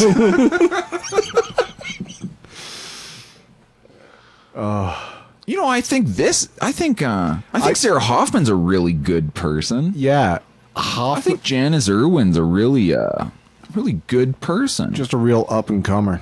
I think Rachel Notley's a really good person. Saying what you will about do you see the photo of Amarjeet Sohi? Oh yeah. Do you think Edmonton deserves the right of should be audited by the provincial It's government? gonna be. They have no choice, man. Didn't they spend... It's interesting, the corollary between we're going to audit Edmonton and Smith just doing the stop making back like fucking little deals with the feds, you scumbags. Okay. They spent like... So check this out. Do you remember our fair deal panel? Sorry, I'm interrupting a lot today. Yeah. I'm really rude. I'll blame the system. But do you remember our fair deal panel review video? Every day, dude. So you remember that video. So one of the things that we said was not too bad, or like kind of whatever, something was, look into like, or have the provincial government oversee or be involved in deals between like municipality and federal government. I think we just kind of hand waved it like whatever. I think because honestly, the argument that came out, I think, makes me reconsider that, because with this whole thing with the housing money being kind of the trigger behind it. Yeah. So the idea is they announced that like provincial priorities thing they're going to do. And it's like, municipalities, you cannot be just making deals with the federal government. And the idea is that comes with strings attached. And for example, in the housing case, they're like, oh, we'll give you these billions of dollars. Oh, but you need to like change all your zoning rules or whatever. And Jayadi's like, yeah, sure, whatever. Yeah. Maybe that's not what people want or whatever. And then the argument is, well, instead of making deals with the municipalities, just do what Quebec does and give us the money, and then we'll dish it out according to the way we want. Yeah. So I think that's kind of interesting, because I never really considered when we did that fair panel thing, we're like, yeah, whatever, because we had it like there's the good, the bad, and the stupid, or the pointless. And I think it was either in the pointless or it was like fine. I think we lined it up with the whole like getting federal dollars to throw like little celebrations for the end of COVID or diversity or something like that. I think that's the category we lumped it in, where it's just like, yeah, that's kind of what I was thinking. But I didn't think of the strings attached aspect, because again, like, yeah, these are going, oh yeah, here's $500 million, but you can only spend it this way, or yeah, that's gotta go. And actually, I think, I think that's actually a reasonable position from the government. Like, this isn't like hardcore. Yeah, it's not as I'd like, but not unreasonable. I think it is actually good, because it. But my question, it interferes with Jayadi and Trudeau, which is good. But it makes the leftists seethe, which is good. But it interferes with Polyev. Why? He doesn't have his ministers going to like talk to Jayadi and make deals. No, but he made it very clear that municipalities that do not agree to federal rules and regulations in regard to the absolutely critical issue in Canada, which is housing. He says, if you don't zone it this way, or if you don't do these things, you don't get federal dollars. And at the time, we were like, yeah, fuck yeah, take your money, fuck them. And now it's like, wait a second. What if I don't want high rises everywhere in my backyard? Because clearly you're not going to pump the brakes on fucking immigration. Well, and that's the thing. Like, the whole... Exactly. So, everything Pierre, man, talks about as far as, like, there's basically nothing they can do to, like, make more houses. Yeah. Like, the money they're giving out, it's going to build, like, 5 houses. It's such a scam. It'll be amazed if anything happens. A lot of the money will probably just never get spent at all. It's like these announcements, and like, or it'll be a total grift, and it'll disappear down like the DEI company contracting, and not a lot of houses are going to be built. Yeah. But yeah, that's an interesting kind of. That's immediately where I went, because Trudeau's been kind of like responding to some of the critiques, like, oh, maybe we did have a little too much immigration. Or, oh yeah, people are upset about housing. Well, we're investing in housing. And so it's kind of like reactive, try to band-aids on like some problems they've created, or saying like, oh, maybe it's politically valuable to acknowledge it and talk about how we're going to like fix it or whatever, so that we regain some polling or whatever. Yeah. Now, with these, I mean, I don't like, so same thing with the Pierre thing. Like, they're not going to do anything. Like, what can they possibly do? It's almost entirely the cities themselves. Yeah. So, and that was the cudgel that he said that the feds could use. Which is interesting that you bring that up. That's a good point. Yeah. Because that's basically the Trudeau thing. Am I crazy? Like, oh yeah, you have to just rezone this, and then we'll give you the money so you can build more houses there. The provincials are like, fuck you. I think it's more like stuff like, hey, Edmonton, we'll give you $10 million along with the province in order to use electric buses. It's dumb shit like that, where it's a federal kind of bursary with all these like those are the strings. They must be electrical, and you must buy them from this approved vendor list.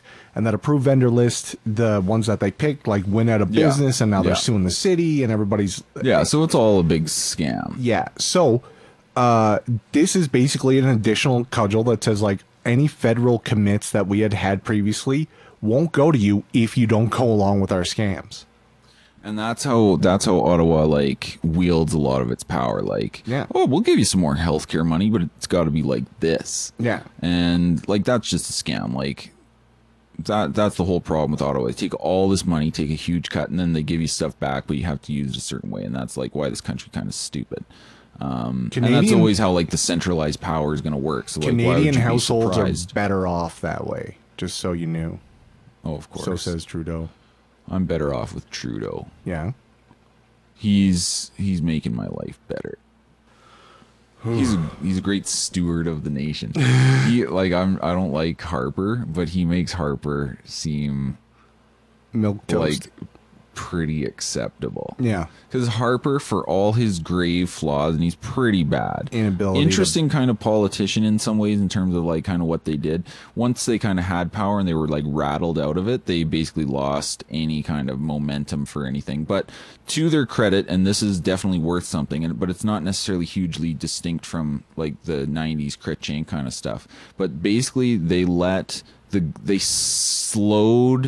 they put the brakes on the growth of government. And that is important because you get like that big compounding. It creates like it's just going to keep growing and growing. So you slow it down and you let the rest of the society like grow and become healthier because the parasite is restrained a little bit or not getting as much food. And Trudeau comes in. Like the big problem with Trudeau, and we can't even see it right now, but one of the worst things he did is boost the federal bureaucratic payroll by 40%, or not payroll, but like a number of federal employees. So like that's crazy huge if you think about. It's only been not even 10 years. Dude. It's crazy numbers, and those are like they gotta go. Like federal employees, we don't we don't want more of those. I don't know. So you saw there was a Twitter trending hashtag that was something like 36% of Canadians. I was like, oh, what's this? And I click on it, and it's like 36% of Canadians believe that the reason why grocery store prices have increased is because of greedy grocery CEOs jacking up the price. Okay, I thought you were actually going to say something else. That's a whole other thing we could get into here, and we should. What did you think I was going to say? Okay, do you want to come back to this? Yeah. Or do you want to deal with this and go on to the next thing? Look, it's too depressing what I just said, so I'd rather hear I'll just quickly address this point because, like, people are so stupid. Like the thing that was going around the other day about like these evil grocery CEOs. Yeah. First of all, you can look at the financial statements of these companies. Like Loblaws is the one that's in Jag Meat's crosshairs. I'll give you a wild guess. What do you think their net income was on these like record profits? I'm talking about percentage. So like of total revenues. Increase over net income. No, not increase. Just say their 2023 is the most recent financials. Or whatever their last fiscal year was. Yeah. It was 2023. I don't know when it ended. So like the number... Their net income. So after everything, cost of sales, operating costs, other taxes, what do you think their net income percent was on these greedy, evil Loblaws? Net income percent? 2, 3? It's 3.5%. So it's like, damn, this isn't like, you know... Come on. These aren't exactly high markup. That's like that's like making money one day a month. That's actually because they're like. So anyway, people were freaking out about this Loblaws thing, but the thing that came out, so I mean, it's just total absurd, stupid ignorance, like and tried to push the economically stupid way to push the inflation issue onto like greedy grocery CEOs. Yeah. It's silly. But the thing came out, there was a leak. Did you see the Loblaws leak? No.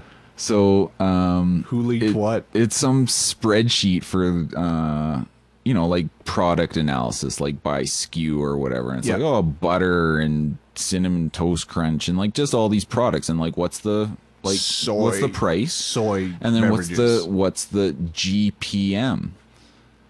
And so the scandal was, leaked documents show they hike up the price of butter like a 54% markup. That's outrageous. And it's like, okay, or no, they make 54% profit on it.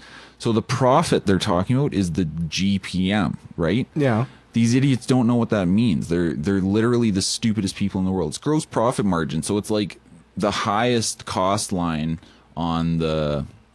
So it's like the item itself. It's not any of the overhead for like operating the building or like everything else. That's only like the product in and of itself, the gross margin on that. So the 46% is going to needs to pay for all the other costs, basically, right? Yeah.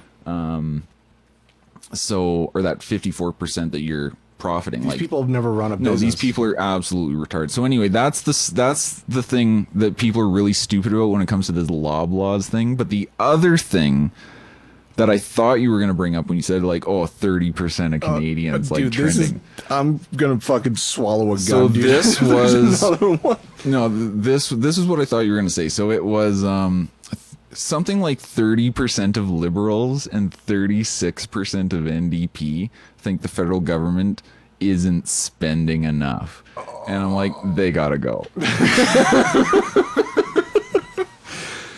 Oh my God. Okay, that's but you can put the two together because they're both the two like most economically ignorant kind of clusters of humanity in the country.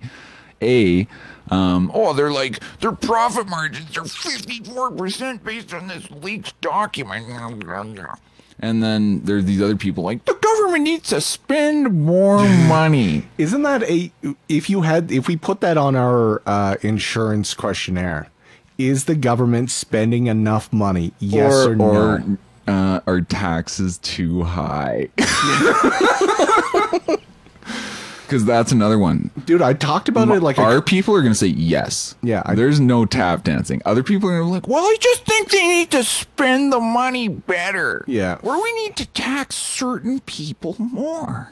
These millionaires. So yeah, that's another question. This questionnaire is getting pretty good. Yeah. So far we've got, do you love everybody? We should make a video. Are some people better than others? We should make a video that's just our like right-wing insurance company questionnaire. Yeah, and then are taxes too high? Yeah. Wasn't there another one?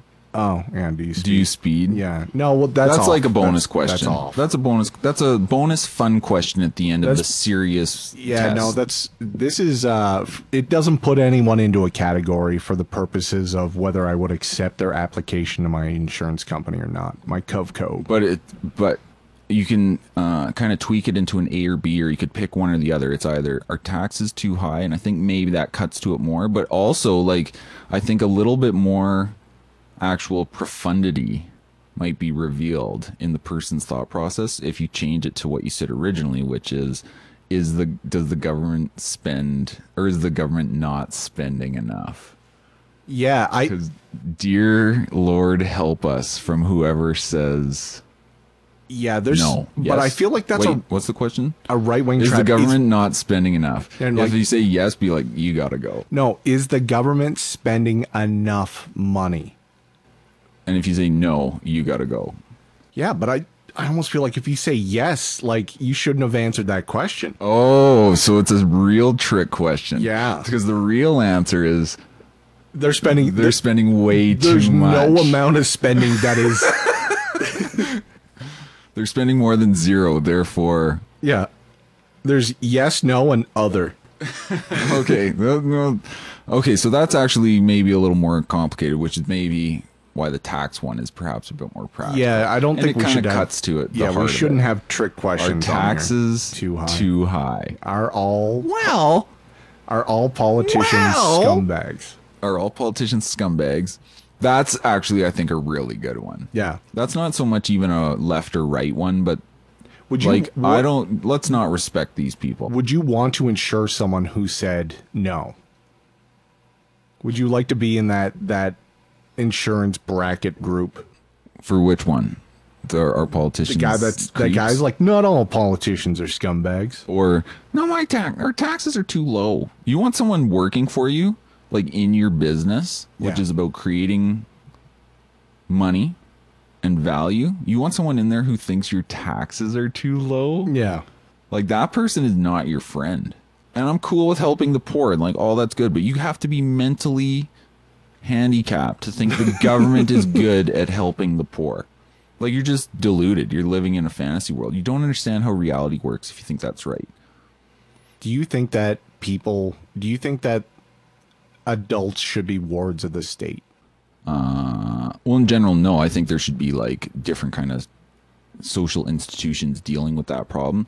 In our current context, I think in some sense maybe, like they're going around cleaning up these crackhead camps in Edmonton and Calgary. And so in our paradigm, our kind of stupid system, like, is the government, should they deal with it? It's kind of like basically just a law and order thing, and it's like a physical removal thing. So I don't think the government's going to be good at it, but I don't think the government's going to be good at like punishing murderers, but they kind of have to do it in the circumstances we're in. So in that sense, maybe this isn't what you mean by ward of the state, but the government has to deal with some of these people somehow. And maybe that means like they're your ward temporarily, but you know, it's kind of sketchy. You don't really trust these people, but at the same time, some other people have to be dealt with. Like orphans. Well, the government's not very good at taking care of orphans. Yeah, strangely enough. Or they're not good at taking care of anyone, but... Do you think they're good at taking care of prisoners? No. No? Well, I don't know, probably not. They're not taking care of them in the right way. There's different ways to take care of people. Do you love all people? Yeah, do you love all people? Do you love prisoners? Do you think we should be concerned about the prisoner? Because that's something the right winger struggles with, and that's one of the things that the left mentality is important, because you got to be kind of on the lookout for the outsider a little bit, and like the prisoner, like who's going to care about the prisoners? Do you think that that's something you have to deal with? Do you think as a specifically from a Christian standpoint or a Western ethos, do you think it is within the faculty of man to judge redeemable or irredeemable? Do you think it's possible for someone to make that judgment? You know what? It's very tempting to make that judgment, but I'd say probably not. So you must assume redemption. I think you have to assume, so you know that not everyone will be redeemed, right? Not everyone will be saved. Like, universalism is a Christian heresy. Some will be damned to the lake of fire, right? As opposed to the universalists, all will be saved ultimately. So that's the first thing. Like, I think we can be certain some people will not be redeemed, but it's like kind of the insurance thing, because we were sort of talking about this insurance kind of context. You don't know individually who will not be redeemed, even if they're not in kind of like entering into that state of redemption earlier on. So it's like an insurance thing. Like, you have a group of drivers and you know some of them will be in accidents, but you don't know which ones will be in accidents. You know what I mean? I think I might be able to predict which ones. Is that some kind of like prejudicial statement? What's the point of this questionnaire, dude? So is that another question? No, this like something about car accidents? No, I don't. Or something about redemption? I don't think it would imply whether someone's an insurance risk or not, whether they believe. No, I don't mean that way. I mean case probability versus class probability. Like, question 4: is there redemption? You know, you're gonna have a bunch of events. Yeah. Consisting of individuals to whom those events are happening, but you don't know which individuals the events will happen to. So like car drivers. So same thing with the redemption thing. Like, you know, some people are going to get into accidents. Same way, you know, some people will be damned. You don't know which people will be damned, because again, they might seem irredeemable now, but I just don't have crazy things happen. And so you could be like, you could totally transform. I just don't think that I have a responsibility to effectively burn calories or to ensure the uninsurable. And well, people need to be dealt with. But I'm making that judgment, and I believe I'm capable of making that judgment. Well, it's as an individual. But it's about priorities, right? Because people have to make priorities. It's that thing like there's finite resources. Do you prioritize like we could have infinite resources? Do you prioritize the stranger, or do you prioritize like the like whatever your group or something? For your practical concerns, someone might be irredeemable, and you don't, and it's not like you don't care, quote unquote. But you know, you put your efforts in different places, and some people you just like you can't worry about their situation, because it's not really your place to intervene there. You might be able to help more in some other place in the world. You can't fix every problem. You can't save everybody, and that's another problem with the leftist.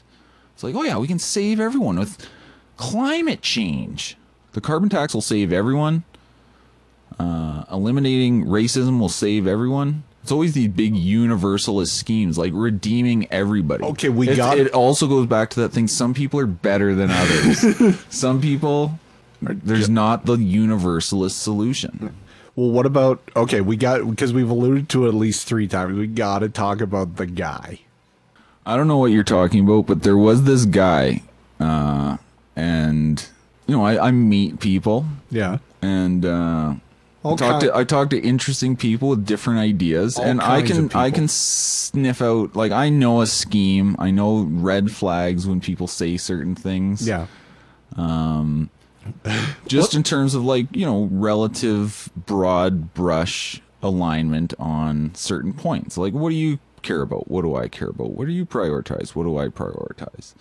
How do you look at the world? And, you know, there's just like indicators, right? It's like if someone's wearing a mask or not. That's an indicator. Yeah. People can say certain things. They're indicators. So I met this guy, and he, you know, it's people who package up a slogan and kind of make it out like it's a philosophy, but it's almost like a vacuous thing. So the idea here is like one of those evil is bad kind of things. It's, the world's resources should work for 100% of humanity. It's like, okay. Sure. Okay. They kind of already do, but okay. And so it's like, do you think it should... so if you say no, like, you're not going to say no. Like, sure, yeah. I say no. And so the whole thing is... what if we could like unlock the potential of your mind? Yeah. Or the potential of the world's resources in this way? Like, don't you think libertarians would support that? And it's just like, you know, it's a scheme, or it's like someone's hatched a plan. What are you up to, sir? And schemes are always trying to like get something for nothing, or like have your cake and eat it too. It's like they ignore, you know, my background's economics, like that's my thing. Yeah. And so one of the big things is trade-offs. And the leftist or the socialist mind is always trying to get around those trade-offs. It's like the scarcity thing we talked about a bit earlier. Like they want to get around that. So this is one of those things where it's like the scheme is we figured out the way to print the money, give people a universal basic income, no inflation, and unlock like the world's resources for everyone or whatever. For 100% of humanity. And, you know, it's one of these things I kind of roll my eyes at because I've heard it a million times. Yeah. It's not new. It's like old as greenbackers and Calgary dollars for a more recent example. It's one of these things. And people are like, well, you haven't heard this specific plan.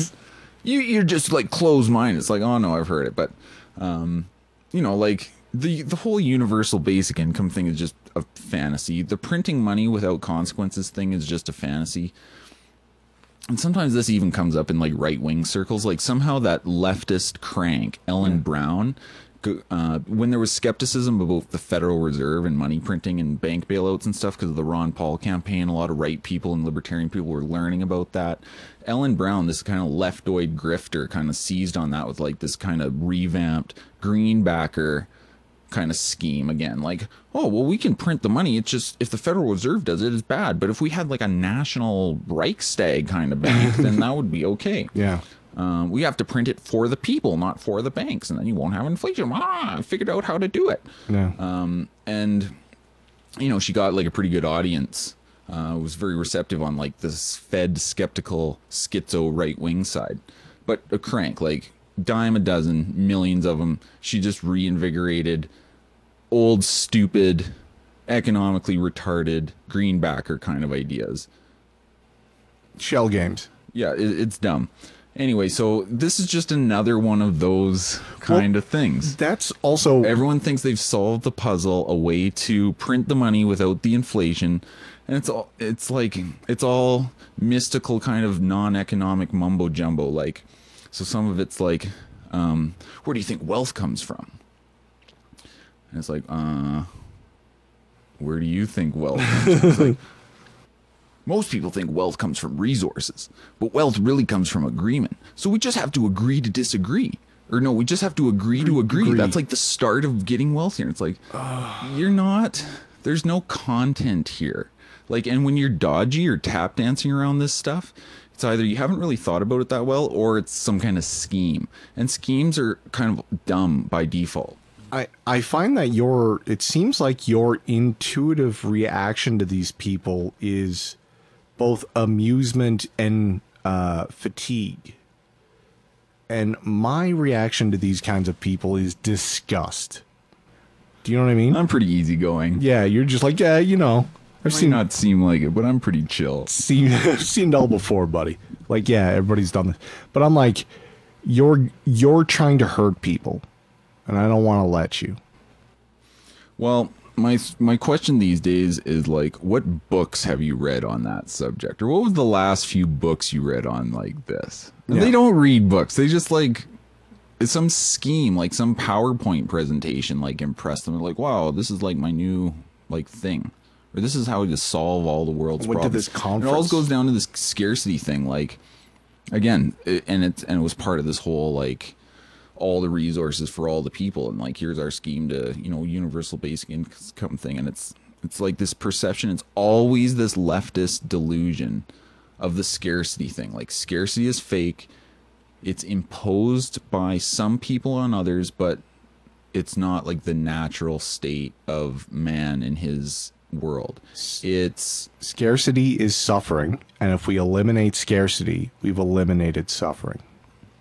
Well, that goes back to the thing like dissatisfaction. Like, you're dissatisfied because you have wants that you can't fulfill, because again, there's trade-offs, there's scarcity. Like, you cannot fulfill everything you want at all times, like simultaneously and whatever. So like the whole scarcity thing at the heart of like even Marxism, this you know, at the end of history will have risen above scarcity, which is just something imposed by the material productive forces through like the oppressor class on the weaker class, whether it's the feudal over the serfs or it's the capitalist over the bourgeoisie, blah blah blah. So it's anytime you come to the table with an idea, yeah, where you say like scarcity is fake, it means you don't understand economics. Like the very first chapter of economic basic principles, and then everything, like a house of cards, it all just collapses under that. You got nothing because you're denying the most basics, and you're treating like people as like, you know, this Civ game where it's like, well, I just need to optimize things and yeah, I'll like break the game and like get super. You don't understand. I'll beat it on hard mode every time. There's an exploit within UBI. Yeah, and we figured it out. Yeah, and the game just gives you. And the UBI is always a scam, or I shouldn't say scam, but it's always like incredibly poorly thought out, and again, always based on this idea that like the scarcity is fake in some way. All leftist economics is kind of based on this. And it goes back to something we were talking about before we were recording, but it's that salvation redemptionist idea of the leftists. Like, they will deliver you out of this system of scarcity into the promised land, land of milk and honey, Garden of Eden, land of plenty, Charles Fourier's Ocean of Lemonade. What if I could put everyone in a pod with a neural interface, and they could have anything they ever wanted to experience subjectively? So isn't it interesting how the Because that's Do you think like the leftist tends towards the living in the pod kind of system? No, I think they wouldn't. That would kind of. Does the leftist want the pod? I think the pod guy is the third way guy, where he's just like, well, the robots have to, like, you know, milk the alien insects to produce the protein that goes into the tubes. So, like, we got to concentrate on creating that infrastructure first, and then we can put everyone in the pod. But then they're like, well, how do we get more people? And they're like, we're not going to need them. We're going to live forever. And you're like, well, don't we want to conquer more planets to make more pods to put more people in? They're like, why even bother? And that's a leftist idea. I think humanity should dominate the universe. And I think we should have, if that's how people want to live as pod people, we got to have pods on every fucking planet. Like Necromunda? Yeah. I think that's the leftist vision of the future. No, I'm talking about, no, I'm more like Necrons, dude. Not Necromunda. What about space dwarfs? Oh, AKA the squats. The squats are all technically clones. But no, I think, what do you think about is living in a pod, what is that, a left wing or right wing kind of utopia? It's left wing utopia. Because they want everyone to have the same home, oneness in the hive, and pod people. And the urban scape tends towards it with, like, you're in your small apartment and Uber driver brings you some food, and it's like being in prison. It's like you're in a pod and someone brings you food. So who is, like, I immediately want to line this back up with the Matrix. Who is Cypher? I don't know. He's just Judas. I don't know who's Cypher. Is that a character in the Matrix? Yeah. Which one was it? He was the one that was like, I'm going to tell the AI where. Oh yeah, what a dirtbag. Yeah. He is the Judas. He's the Judas. He is the Judas. But getting his 30 silver coins. Yeah. But his 30 silver coins are a lot more than just. What did he get? What was his They're plugging him back in. Oh, he goes back into the Matrix. That's very interesting. You know, I wanted to rewatch those movies recently. I haven't seen them in a bazillion years. Yeah. And unlike most people, I prefer, like, the series as it goes along. And I think the third one's, like, by far the best. Most people seem to, like, really prefer the first one. Yeah. Most people with taste. Do you see that fake tweet where somebody was just like, how dare you say you've done anything to de-radicalize people? My sister's tits have done more for the cause of the Jews.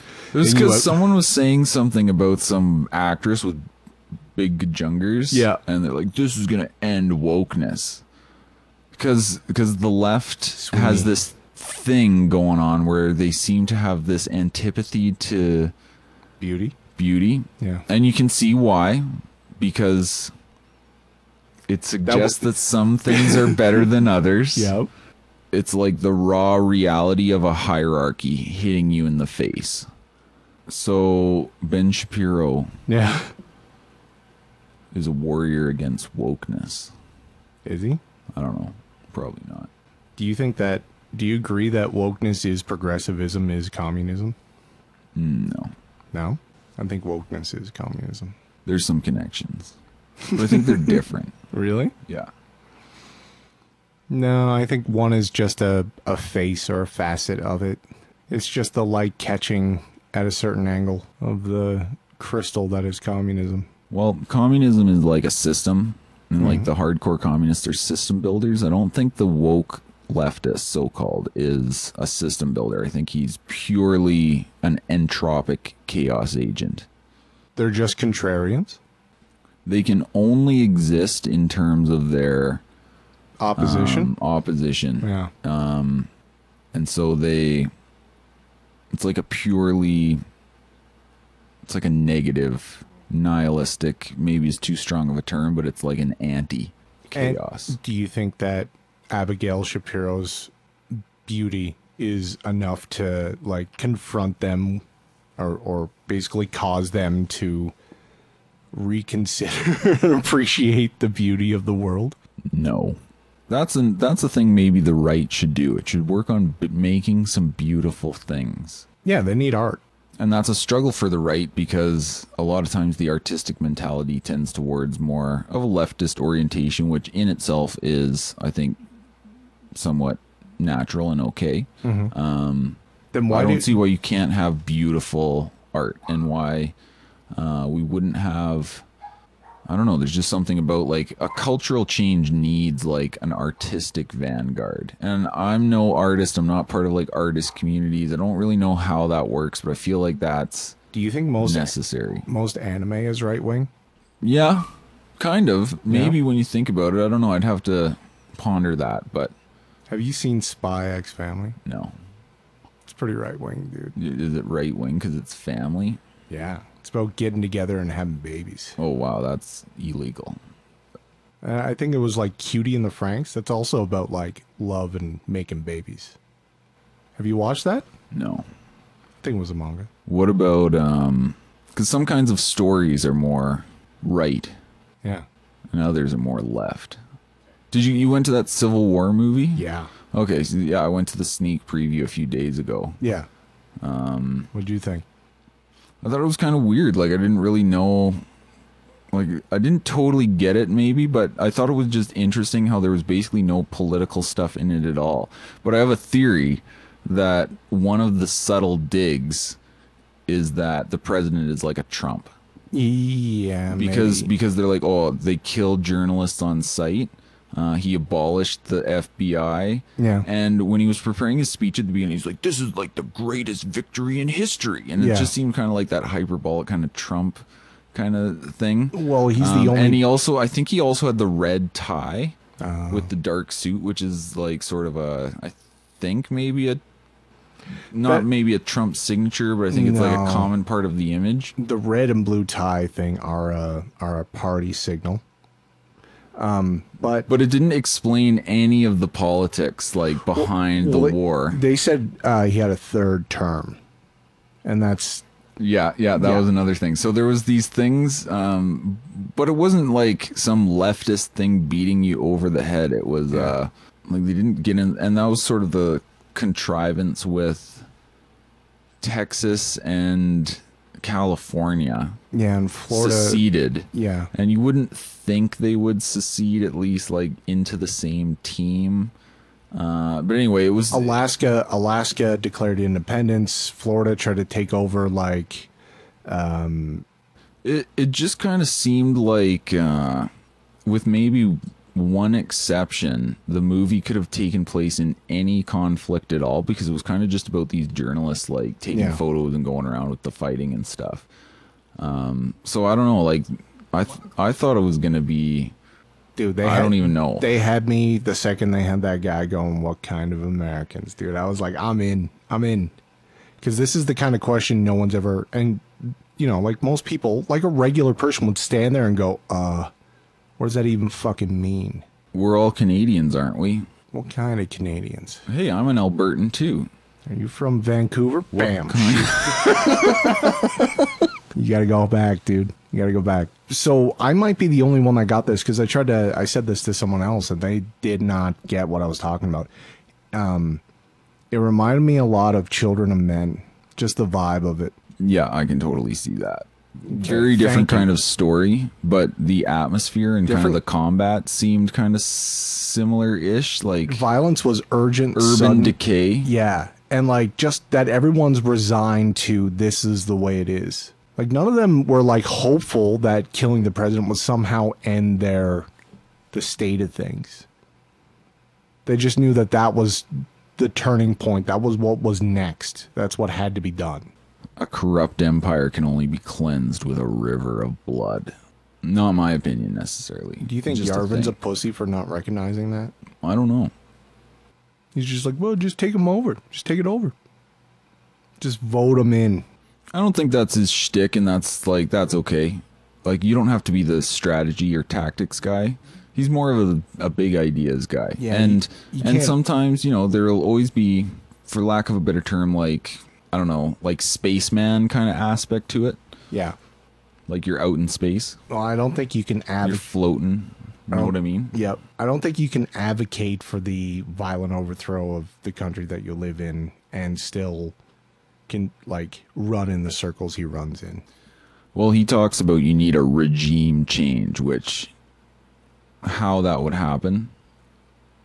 You could ask the Like other. he's saying that's what is needed to like change the system or whatever. He's not saying I you think should do that. yeah. He's not saying like you should go do this thing to do that or like it has to pan out this certain ways. Just saying the regime has to be changed. Yeah. And whatever that. He has some concrete things that say these pillars need to be knocked out, and here's how you do that. Like, you know, the antiversity and... Yeah, he looks at, he's good at digging up some interesting history things to consider. I like using the word regime when I talk about like Ottawa or the current government. I think it's just a great word with a negative connotation. Yeah. So I like to say the Ottawa regime or the Trudeau regime. You know how there's like neocons and they're different and separate from Reaganites? Yep. And you say that because it's like they're ideological children. And these people don't have ideological children.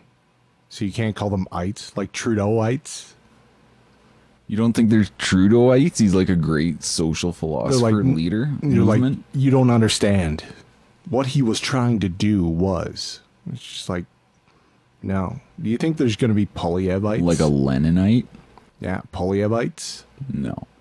They're all midwits. Like, they're not... Jagmeetite? Oh. Or a Hairite? Kent Harris. Kent Hairite? Do you think he has followers? They're like, you don't carrying the torch? You don't understand what he was trying to do. You see, a certain people controlled all the banks, and so... Man, Canada's so awful. Like, it's just so lame. I mean, the leadership quality is what I'm referring to.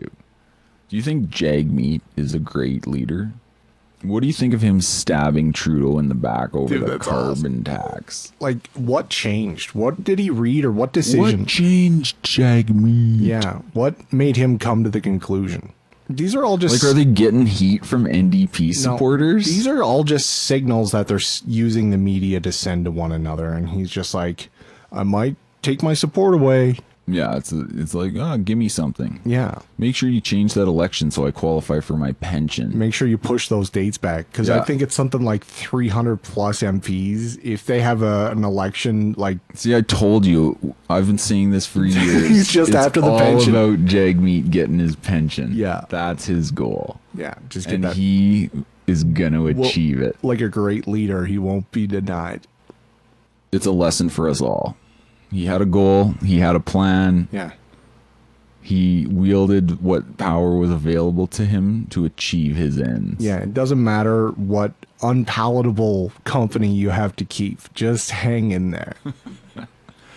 So do you think NDPers are excited? Also bent out of shape about carbon taxes?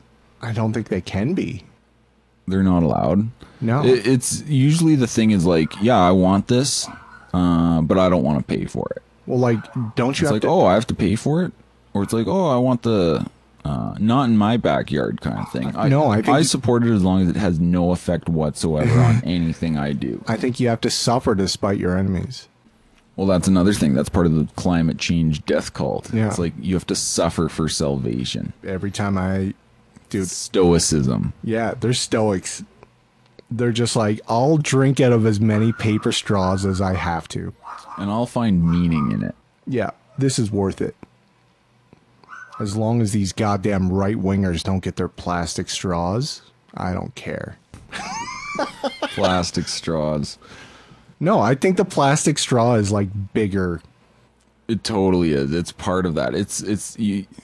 See, there's these patterns, man. You see it in the COVID thing. Yeah. Like suffer for salvation. See it in the climate change death cult, suffer for salvation. Even like the struggle sessions of the whole leftist social justice agenda thing. It's like, yeah, suffer. You have to be reborn. You have to die to yourself. Be reborn, the new man. Come face to face.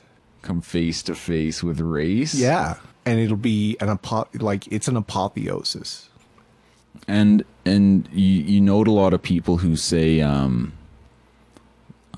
well, yeah, you need to be brought down so people can be brought up, or the immigration thing, like this is punishment for the historical crimes of colonial nations or whatever.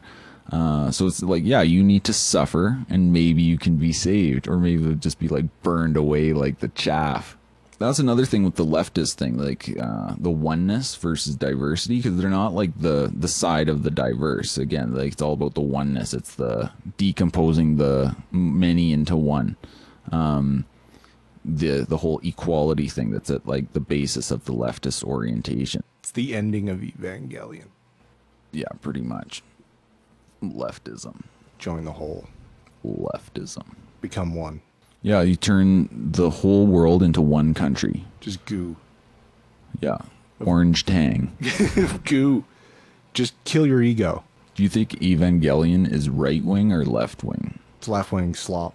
Do you think using the word slop is a right, or it's right coded? Is it a red flag? Yeah. What do you like? I like the term prog slop. I've been saying prog slop. I can't stop saying it. What do you think is the latest example of prog slop? That really put a stick in your craw. The prog slop, probably the Union of Magical Negroes or something, wherever that movie was. Wow, yeah, I heard vaguely about that. I don't know much about it. Yeah. What about, isn't there a Halo TV show? Yeah. And isn't there a Fallout TV show? I haven't watched I will never watch the Halo one. I'm going to watch the Fallout one for a couple episodes. But yeah, it's probably prog slop. Prog slop. That's a good term. I think it's amazing. Slop. Prog slop. Because slop is also in itself like a leftist connotation. If you think about like everything broken down into slop, gruel, like this like paste. Yeah. Not like a beautiful culinary thing. Right wing steak. Slop. Steak and potatoes. Yeah, steak and dinner. Yeah. Different things. Steak and potatoes. Slop. Distinguished. Yeah. Did you watch Saturday Night Live? Is that slop? It's slop. Is that the epitome of like slop? It Prog is. slop for... What do you think of the idea of comedy that like you're supposed to find it funny because you agree with it?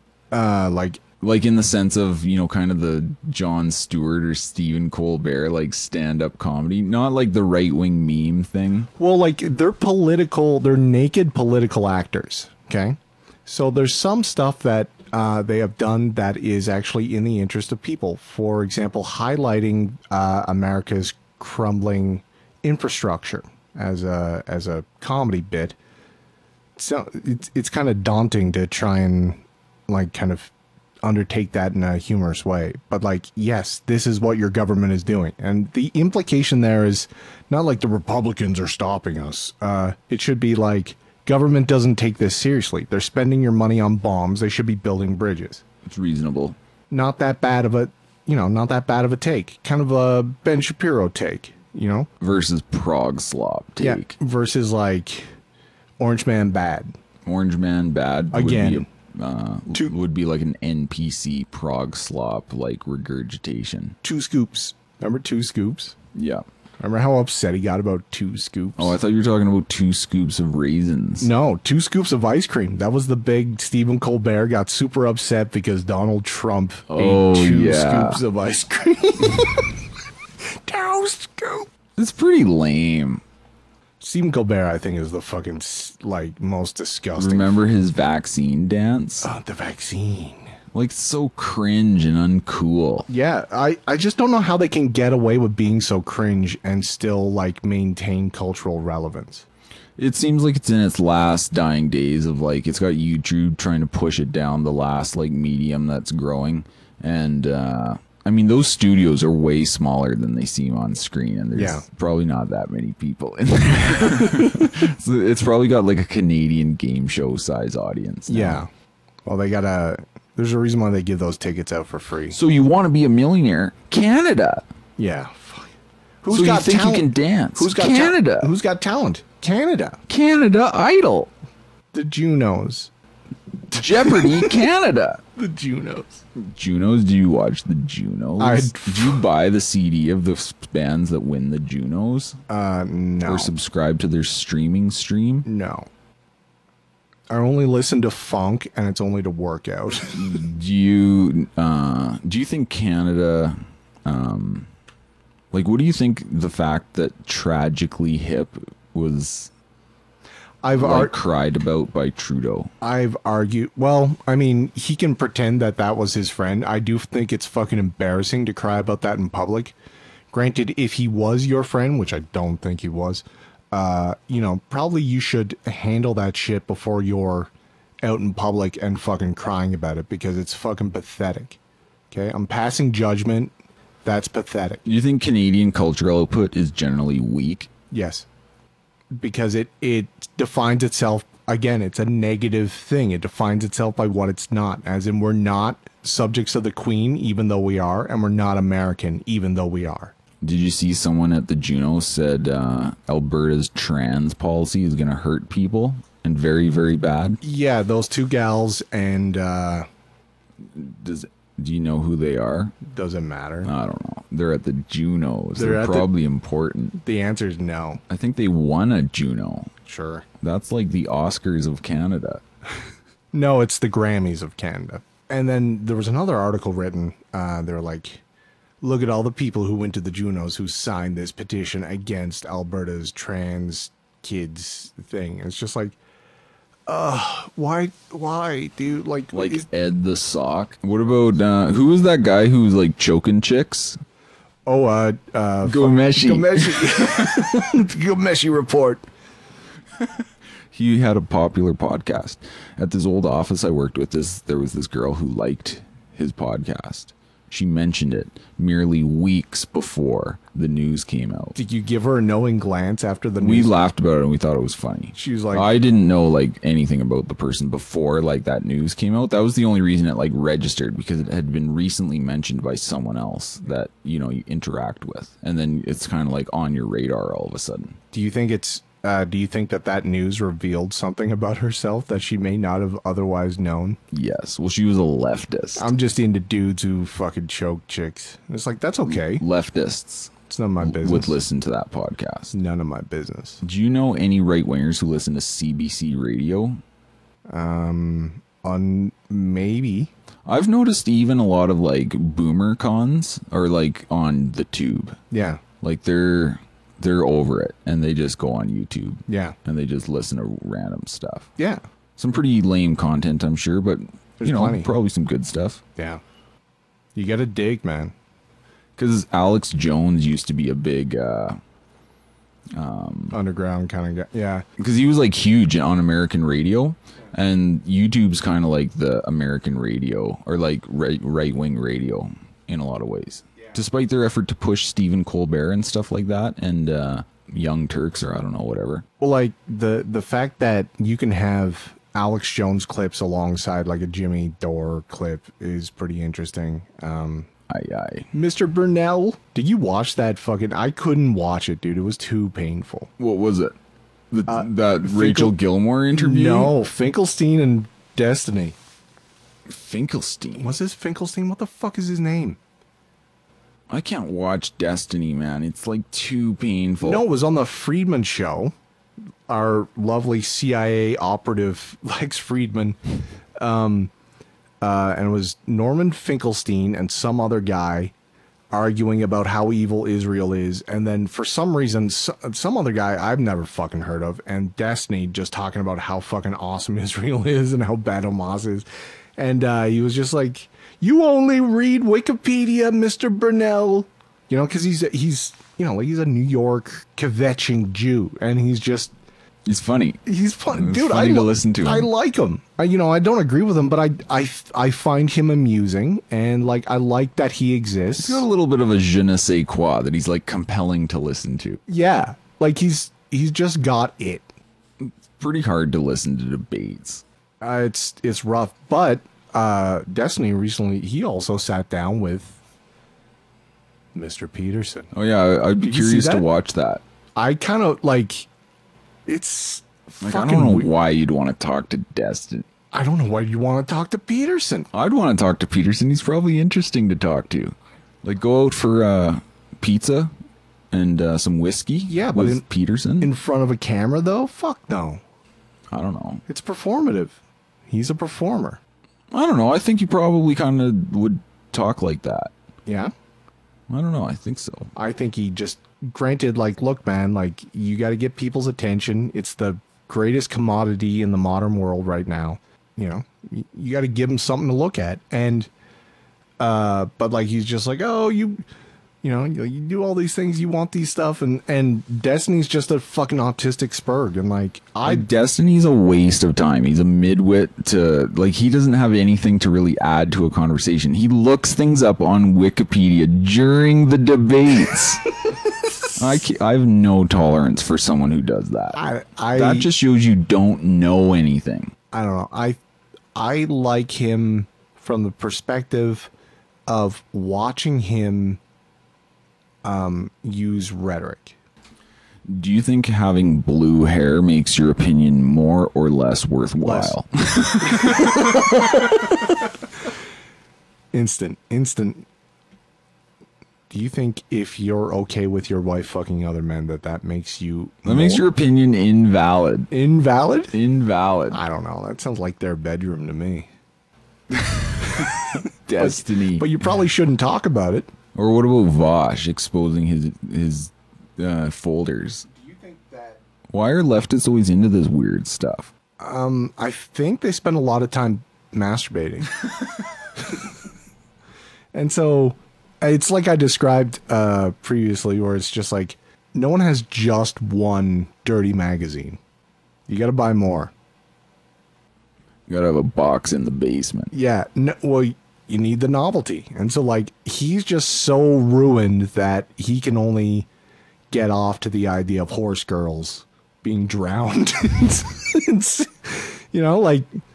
That's where he's at in life. And I feel bad for him, because if that's what it takes for you to, like, get it done, like, you're in a bad way, dude. Because we've talked about how the leftist is, like, more likely to be anxious or depressed or unhappy with the world, which I think is interesting. There's a certain misery in participating in the entropic element. Just getting, just... ego death and suffering the lack of identity in the wash of culture. So, like, the three big leftist, like, political streamers or whatever, Destiny, Vosh, and Chink's nephew. Hassan Chink's nephew. They're all the, like, absolute trash. Compared to, like, someone like, we both have a certain fondness for Jimmy Dore, right? Well, yeah. Like, he's way too left for me. Yep. But I can appreciate him, and, you know, he'll coincide with my opinions on a few things. He was pretty good during the virus panic. But, you know, obviously he's, like, very far left. But him, like, I can appreciate a guy like Jimmy Dore. He might be on your team sometimes. I have no tolerance for somebody like Vosh. Yeah. Oh, have you seen The Surfs? Oh, that Lance guy. He's the dumbest guy in the entire world, if you know who I'm talking about. I know exactly who you're talking about. And I think he might be Canadian, but I'm not 100% sure. But he is probably the dumbest leftist internet guy that I've seen. He's like, he's a Trudeauite, for sure. Oh, he's awful. You have to expose yourself to these people in short bursts to remind you what you're fighting for. Well, it's like you turn on CNN once in a while to hear what they're talking about and what people who would watch them are thinking about. Yeah. And same thing with, like, the leftist degenerate streamers. You're like, what is going on in this side? Like, what are the things they talk about? And it's because those extremes end up having their moderate ideas or palatable ideas filtered into that side, right? So the Young Turks, whatever they're talking about now, might be acceptable on CNN 6 months from now. Yeah. Right? Do you think there's a right wing equivalent to that? Have you ever asked someone if they know who Nick Fuentes is? No. No? No. Do you know who Nick Fuentes? Yeah. Yeah. Okay. But like, if someone was like, "Oh yeah," Rachel Gilmore tells me about him every day. okay, we got to talk about her venture. Isn't she looking for right-wing disinformation? Or isn't she trying to cut off advertising from right-wing websites? Or is she onto something else? No, her little podcast. I shouldn't say Well, it little. wasn't her that's podcast. She was on with two, like, Soyboys. Oh, it wasn't was her their She podcast. was a special guest. Yeah, she was the guest. That was the get. He's like, guys, you're never gonna. You're never going to guess, guys. We have a huge, exciting guest. Very huge. Not Sarah Hoffman, Rachel Gilmore. But the thing that was more interesting to talk about there is the smart person pretending to be retarded to be likable, and the retarded person pretending to be smart to be authoritative, and the retarded person being retarded. And which, so the conclusion is she was just, Rachel's not smart. she was like the dumb, She's not the smart. dumb person being authentically dumb, I find is not that bad. And, you know, speaking of personas, like, I don't know how much of an act it is, but, you know, think of someone who in a serious post on the internet or something, whatever, I don't know how serious it can ever be, but like putting 10 exclamation points against something.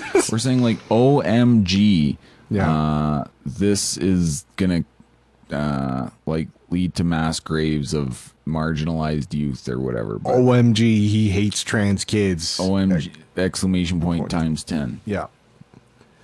Like, totally. Laughing face times 4. It's pretty bad.